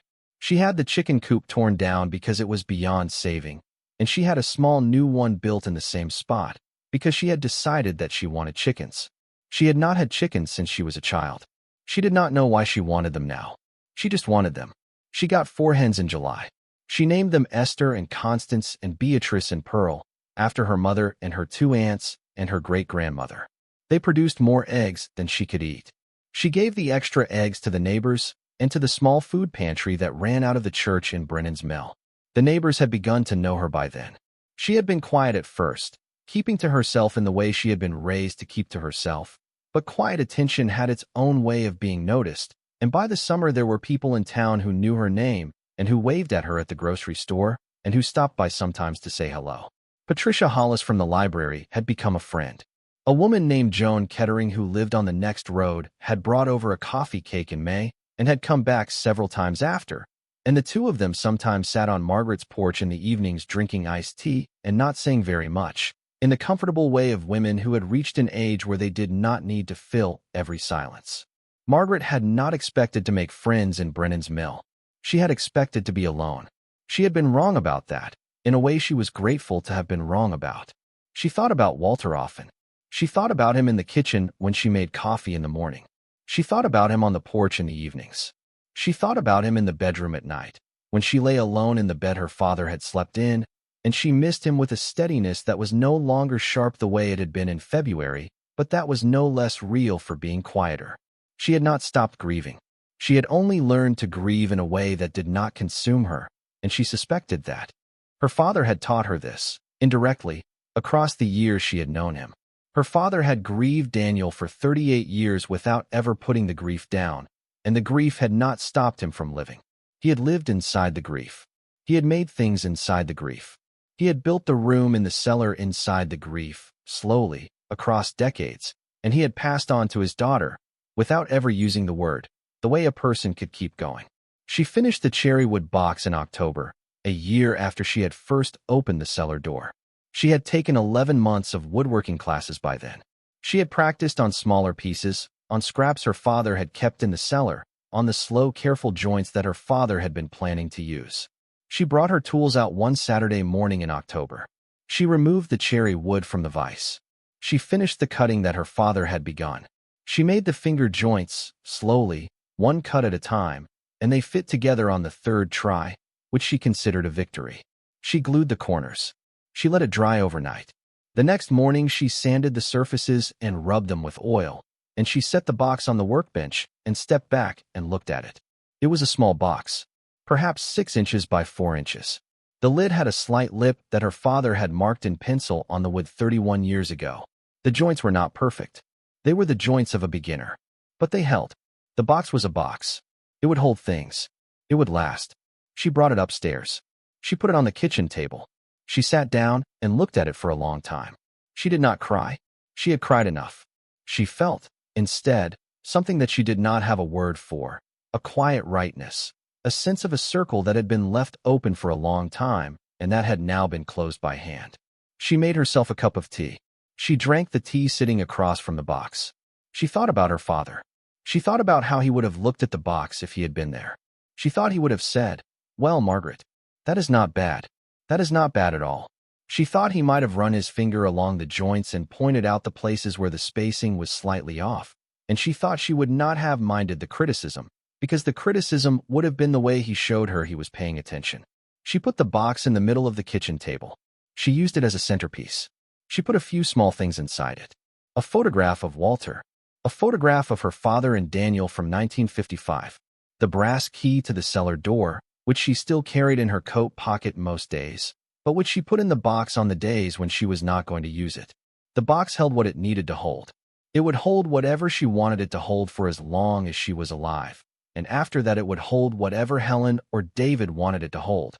And after that the box would belong to one of her grandchildren, and the box would last past her in the way her grandfather's bookshelves had lasted past her grandfather, and her father's tools had lasted past her father. That was what the box was for. That was what all of it had been for. She lived in the farmhouse for the rest of her life. She lived there for 14 more years, in fact, until she died peacefully in her sleep at the age of 85 in the same bedroom where her father had slept and where she had slept the first night she came back. Her children were with her at the end. Her grandchildren came to the funeral. The town came to the funeral. Patricia Hollis spoke at the service, and Joan Kettering spoke, and Edward Coyle, who had remained her friend and advisor for the entire time she lived in Brennan's mill, spoke about the work her father had done and the way she had carried it forward. She left the farmhouse to Helen, with the understanding that Helen would keep it in the family, and Helen did. She left the workshop, untouched, to David, with the understanding that David would inherit her father's tools and her own tools and the cherrywood box, and David did. She left her own ledger, which she had begun keeping in 1995, 2 months after she finished the cherrywood box, to her oldest granddaughter, who had been visiting her every summer for 10 years by then, and who had been learning, slowly, the same kind of careful attention her great-grandfather had practiced in the cellar. The ledger continued. The family continued. The work, the small careful work of paying attention to things and recording them and passing them down, continued. Her grandfather had begun it in 1908 by building a farmhouse. Her father had carried it forward in 1962 by building a room. She had carried it forward in 1995 by finishing a box. Her granddaughter would carry it forward in some way Margaret would not live to see. None of them had been wealthy in the way the world counted wealth, until Margaret had been, briefly, on paper, before she had quietly distributed most of it. But all of them had been wealthy in a way the world did not always count, in the way that came from being part of a long, careful line of people who paid attention. That was the inheritance. That was the real inheritance. The money had been a tool. The cellar had been a vessel. The cabinets had been containers for the actual inheritance, which was the way of being in the world that her father had practiced and that her grandfather had practiced before him, and that she had finally, at the age of 71, on a cold morning in October, walked down a flight of stone steps to receive. She had been given what looked like nothing. She had inherited an old farmhouse and a locked cellar, on a property her husband had not lived to see, in a town she had not visited in years.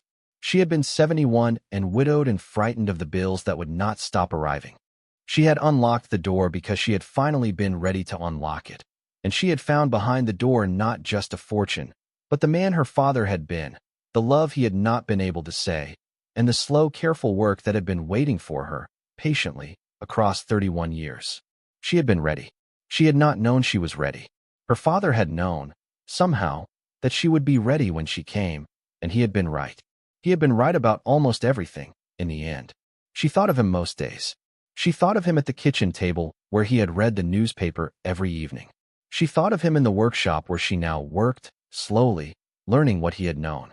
She thought of him in the photograph of him and Daniel, both of them young, the boy laughing with his fishing rod, the man behind him looking down with an expression of complete happiness she had not seen on her father's face often in life, but had seen, finally, in a photograph he had hung where only he could see it.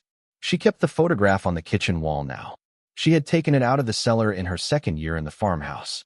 She had put it where she could see it from the kitchen table, where her father had hung the photograph of her at 8 years old. She liked having them both visible. Her father at his happiest, with his son, and herself at her happiest, with a basket of strawberries, and her father had brought them together in the cellar across the decades of his quiet work, and she had brought them upstairs into the light, because the light was where they belonged now. The light was what they had earned. The light was what her father had been preparing for her, all along, in the careful patience of his 32 years. She had been ready. She had walked down the stone steps. She had opened the door. She had found everything.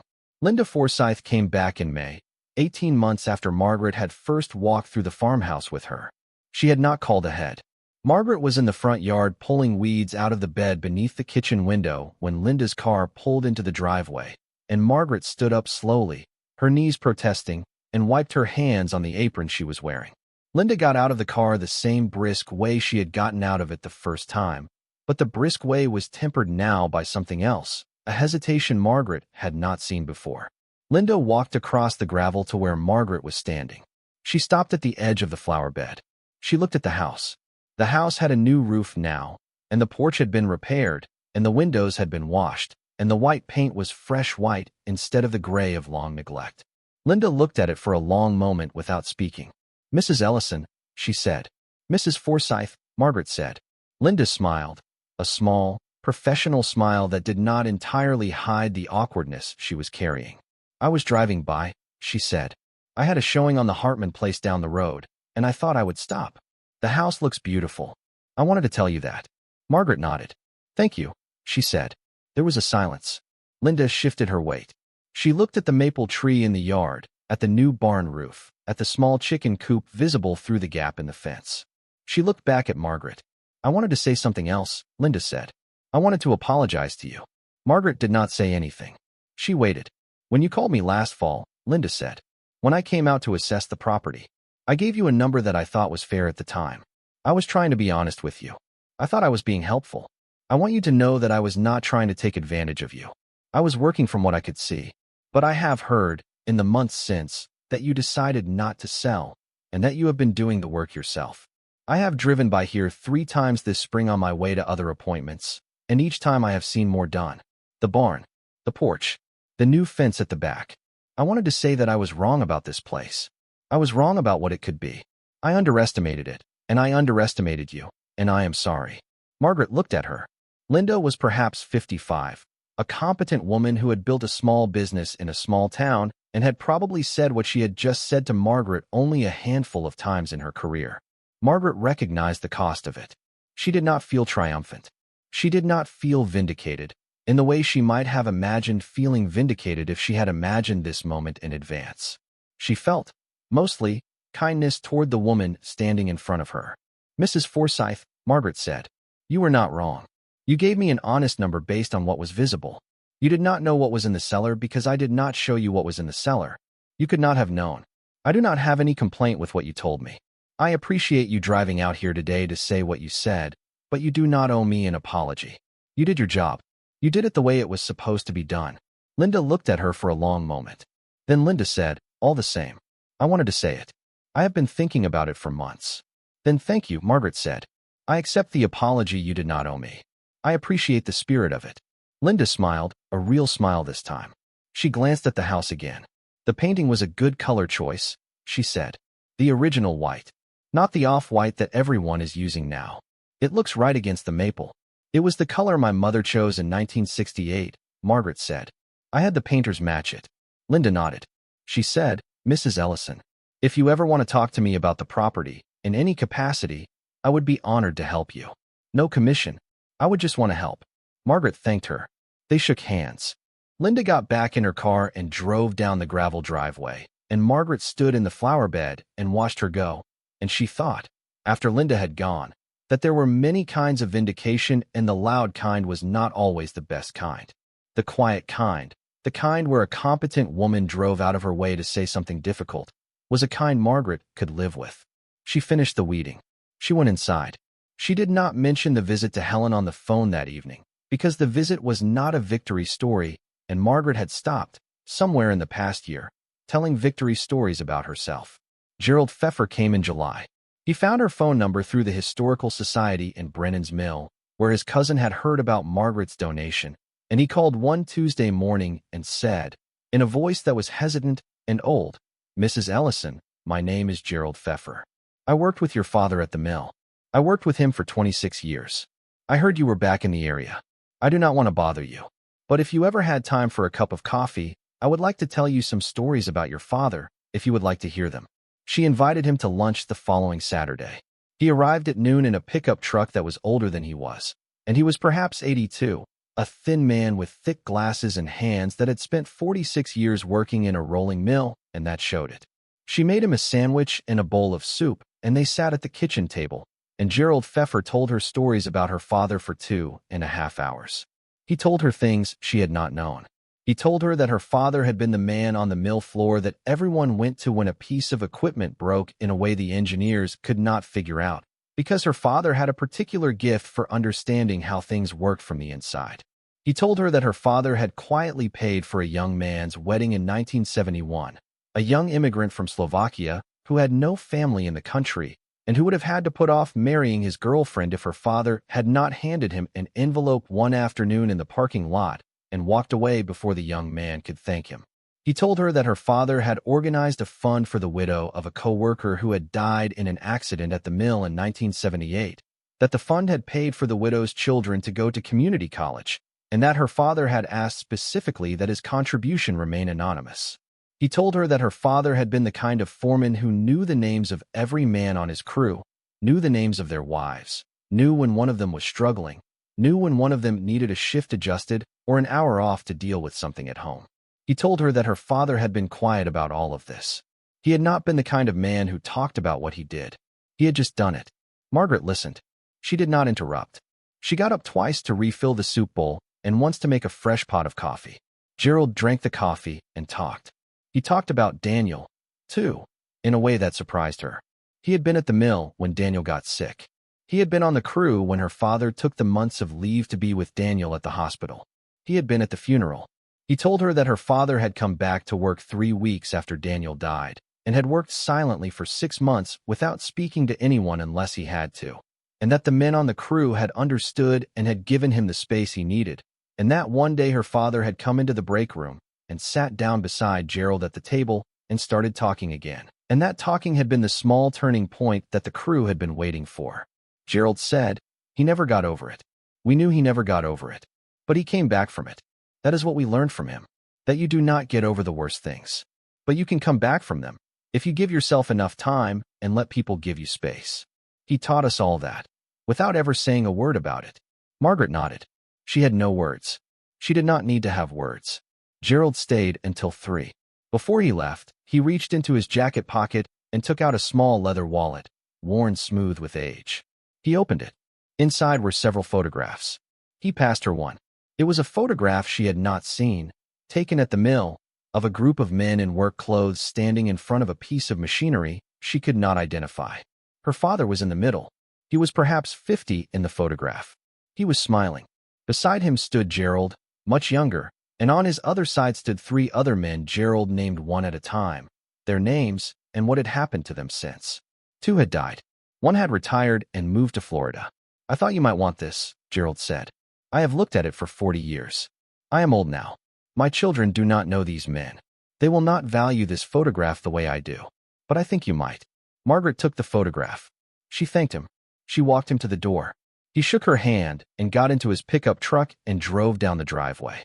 She stood on the porch and watched him go, and she went back inside and put the photograph on the kitchen table beside the cherrywood box, and she sat down and looked at it for a long time. Her father at 50.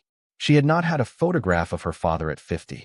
She had photographs of him younger, photographs of him older, but the period in the middle, the period when he had been doing the work that defined him, she had not had. Now she did. She framed the photograph the following week. She hung it on the kitchen wall, beside the photograph of Daniel and her father from 1955 and the photograph of herself at 8 with the basket of strawberries. The three photographs together formed a small line on the wall, the family in pieces across the decades, and she liked having them there when she made coffee in the morning. She liked being seen by them. She liked seeing them. The storm came in August of her second summer. It arrived in the late afternoon, a long line of dark clouds moving in from the west, and she had time to bring the chickens into the coop and close the barn doors and shut all the windows before the wind began. The wind was harder than she had expected. She stood at the kitchen window and watched the maple tree bend in a way she had not seen a tree bend before, and then she heard a sound from the barn, a long sliding crack, and she watched a section of the barn roof lift in one piece and travel through the air and land at the edge of the field beyond the fence. She did not go outside. The rain came on the heels of the wind. The storm lasted 40 minutes. When it was over, she walked out to assess the damage. The barn had lost about a third of its roof. The repairs from the previous year had held everywhere except in the one section, where the storm had found a weakness and exploited it. The chicken coop was intact. The maple tree had survived. The fence at the back had come down again in two places. It was, in the scheme of things, manageable damage, but it was more damage than she could repair herself, and she sat on the porch in the wet aftermath and made a list in her head of who she would need to call. She did not need to call anyone. The neighbors came. Joan Kettering called first, within an hour, to ask if she was all right. Joan's son-in-law, who did roofing for a living, came over the following morning to look at the barn. Patricia Hollis brought a casserole. Two men Margaret had never properly met, who lived on the connecting road and had seen the damage from the highway, drove up the driveway in a pickup truck loaded with lumber and offered to help with the temporary repair. Margaret accepted the help. She paid for the lumber. She made coffee and sandwiches for the men who worked. She sat on the porch with Joan in the afternoon and watched the work happen. "I did not expect this," Margaret said to Joan. "Expect what?" Joan said. "People. Helping. I did not know I had a community here. I have only been here 2 years." Joan looked at her. Joan was perhaps Margaret's age, a woman who had lived in Brennan's mill her whole life, and who had known Margaret's parents when Margaret was a child, though Margaret had not remembered her until they had begun talking. Joan said, "Margaret, this town remembers your family. Your father had friends here. Your mother had friends here. The friends are mostly gone now, but the friends had children. The children remember the stories. When you came back, the town noticed. People have been waiting to see if you would stay. Now they see you are staying. They will help you because that is what people do here when they decide someone belongs." Margaret thought about that. She thought about it for a long time afterward. She had not understood, when she came back to Brennan's mill, that she was coming back to a place that remembered her. She had thought she was coming back to a place that had forgotten her. The difference, she realized, was substantial. Belonging was not something you arrived at through your own effort. Belonging was something a place gave you, when the place decided to give it, and you accepted the gift by being present long enough for it to be given. The barn was repaired properly by the end of September. She paid the roofer her son-in-law had recommended, and she paid the two men who had helped in the first days, and she paid all of them more than they had asked for, because she could and because she wanted to, and she had a small dinner at the farmhouse for everyone who had helped, and she used her great-grandmother's tea service for the first time at that dinner, pouring tea for 10 people at her kitchen table. The silver service had not been used since 1955, by her count. It was older than anyone in the room. It still held tea perfectly. Joan said, "Margaret, this is beautiful." Margaret said, "It was my great-grandmother's. It has been waiting a long time to be used." Joan smiled. Joan said, "Then I am glad we are the ones using it." Caroline came that next summer. She was Helen's older daughter, 13 years old by then, a quiet girl who had inherited Helen's seriousness without Helen's drivenness, and she had asked her mother if she could spend 3 weeks with her grandmother in Pennsylvania. Helen had called Margaret to ask if it would be all right. Margaret had said yes.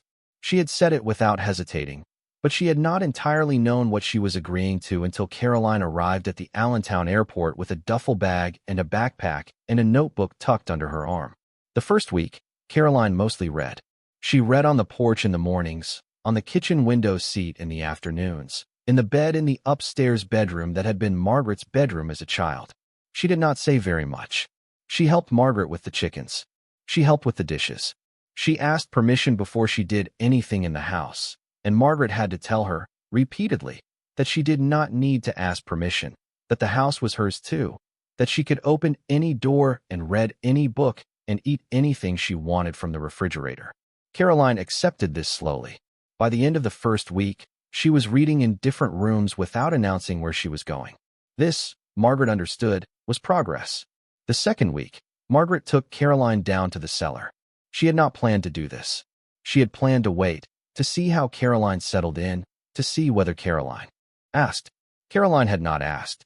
But Caroline had been looking at the cellar door from the kitchen window for several days in a way that Margaret recognized. The way you look at something you have heard about, but have not been allowed to see.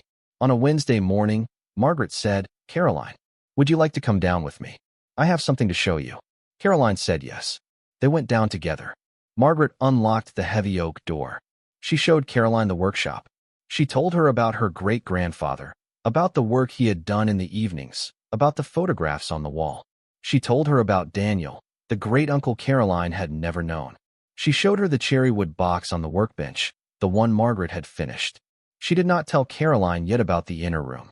She wanted Caroline to be in the workshop first, to understand the workshop, before she saw what was behind it. Caroline was quiet. She looked at the photographs. She looked at the tools. She looked at the box. She asked, "Grandma, did you make this box?" "Yes," Margaret said, "with your great-grandfather's tools. He had started it before he died. I finished it." Caroline ran her finger along one of the corners. She said, "The joints are not all the same." "No," Margaret said, "they are not. I am still learning." Caroline looked at the box for a long time. Then she said, "Can I learn too? Can you teach me?" Margaret had not expected the question. She had not been prepared for the way the question landed in her chest. She said, after a moment, "Yes, I would like to teach you." That afternoon, Margaret took out a small piece of pine, the kind of soft, forgiving wood a beginner used to practice on, and she showed Caroline how to hold a chisel. She showed her how to set the angle of the blade. She showed her how to make a small, careful cut, paring rather than chopping, the way her own teacher at the community college had shown her. Caroline learned fast. She had her grandfather's hands, Margaret thought, watching her. The same patience. The same willingness to repeat a thing until the thing was right. They worked for 2 hours that afternoon.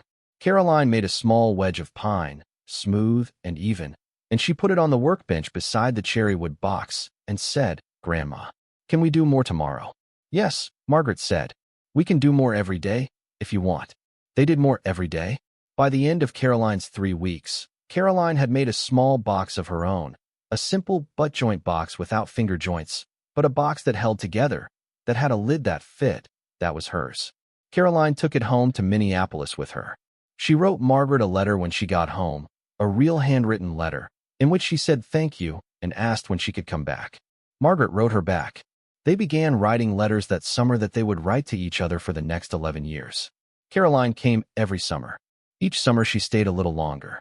By the time Caroline was 18, she was spending the entire summer in Brennan's mill, and she was making pieces of furniture in the workshop that Margaret could no longer help her with, because Caroline had passed the limits of what Margaret had been able to learn. Margaret turned 75 on a Saturday in April. She did not want a party. Helen had asked 3 times, and Margaret had said 3 times that she did not want a party. What she wanted was a small dinner with the people who lived nearby, and she got it. Joan came. Patricia came. The roofer who had become a friend came with his wife. Edward Coyle drove in from Allentown and brought a bottle of wine. Caroline flew in from Minneapolis. Helen and Tom came, and David flew in from Phoenix, and the 2 grandchildren who lived in Phoenix came with him. The kitchen held 12 people. The table was extended with leaves Margaret had not used in decades. The silver was on the table. The candlesticks were lit. She made the dinner herself. She had insisted on this, and Helen had finally given up trying to take it over. She roasted a chicken from her own coop, one of the older hens who had stopped laying the year before and whom Margaret had decided, after some weeks of consideration, was meant for the table rather than for sentiment. She made the roasted vegetables her mother had made. She made the dinner rolls her grandmother had made. She made an apple pie from the apples on the old tree at the south edge of the yard, which had had a good year. The dinner took most of the day to prepare. She did not mind. The preparing was the point. After dinner, the family sat in the living room. The other guests had gone home, walking down the driveway in the soft April dark, and the family was alone. Helen made tea. Caroline, 16 now, was on the floor by the fireplace with her two cousins, the three of them looking through a photograph album Margaret had gotten out earlier in the evening. David was in her father's reading chair. Tom was on the couch. Helen sat beside Margaret on the love seat, the way she had sat beside Margaret on couches for 42 years. "Mom," Helen said quietly, "are you happy?" Margaret thought about the question. She thought about it longer than the question seemed to require. Then she said, "Helen, I do not know if I am happy. I do not think about happy very much anymore. I am at peace. That is a different thing. I have been at peace for some years now. Peace was what I needed. Happiness, if it comes, is a thing on top of peace. The peace is what holds everything else." Helen nodded. She put her head on Margaret's shoulder. She had not done that since she was a small child. Margaret felt the weight of her grown daughter's head and felt, for a moment, the entire 46 years of being someone's mother, the small, careful work of it across decades. She put her hand on Helen's head. Neither of them said anything else for a while. The fire crackled. Caroline laughed at something on the floor. The grandchildren made the sounds of grandchildren occupied with photographs. The room held everything it needed to hold, and Margaret thought that this exact arrangement of bodies and warmth and light was what her father had been building for her, in some way she would not be able to explain to anyone, but that she now understood. He had been building the conditions for this evening. The cellar had been a means. This evening was the end. The end had taken 30 years to arrive, but it had arrived, and she was inside it now, and she was paying the right kind of attention. In the spring of her 78th year, she found a packet of letters in the back of the third drawer of the workbench, beneath a tray of brass screws she had reorganized while looking for something else. The letters had been tied with kitchen twine. They were addressed to her, in her father's handwriting, on envelopes that had never been sealed and never been mailed. There were 11 of them. The first was dated 1975. The last was dated 3 weeks before her father died. She took them upstairs. She did not open them right away. She put them on the kitchen table and made herself a cup of tea and sat down with them, and she opened them one at a time, in order, across the next 2 hours. They were letters her father had written to her at moments in his life, when he had not known how to call her, when he had not known how to put into a phone conversation what he was feeling, when he had needed to write it down to a daughter who lived in Iowa and who was busy with her own life and her own children. He had never sent them. He had written them and put them in the drawer, and he had gone on with his evening's work, and the writing itself, she understood, had been the point. The letters were a small accumulation of things her father had wanted to say to her, across 2 decades, and that he had said by writing rather than by sending, because the writing was enough. She read them. She read them slowly. They covered ordinary things and important things in equal measure. They were the letters of a quiet man who had not always known how to be a father, but had tried, in the small, careful ways he knew, to be one anyway. The last letter, the one dated 3 weeks before he died, ended with a sentence she would carry with her for the rest of her life. He had written, "Margaret, you are the best thing I have ever made. I do not say this often enough. I do not know if I will say it again, but I have always known it. I have known it from the day you were born. I want you to know that you have not had to earn it. You have had it the entire time." She set the letter down. She wept for an hour. She wept the kind of weeping she had not allowed herself yet, the deep, slow weeping for everything she had lost and everything she had been given, for her father and her mother and Daniel and Walter, and the small, careful unfolding of a life she had not entirely understood until very late, when the letters in the drawer had given her, finally, the words her father had not been able to speak. She put the letters in the cherrywood box. She closed the lid. The box had been waiting, she understood, for them all along. Thank you so much for watching until the end. If you love this story, check out the other videos on your screen now. I think you'll really enjoy them. And don't forget to subscribe if you haven't already. See you in the next story.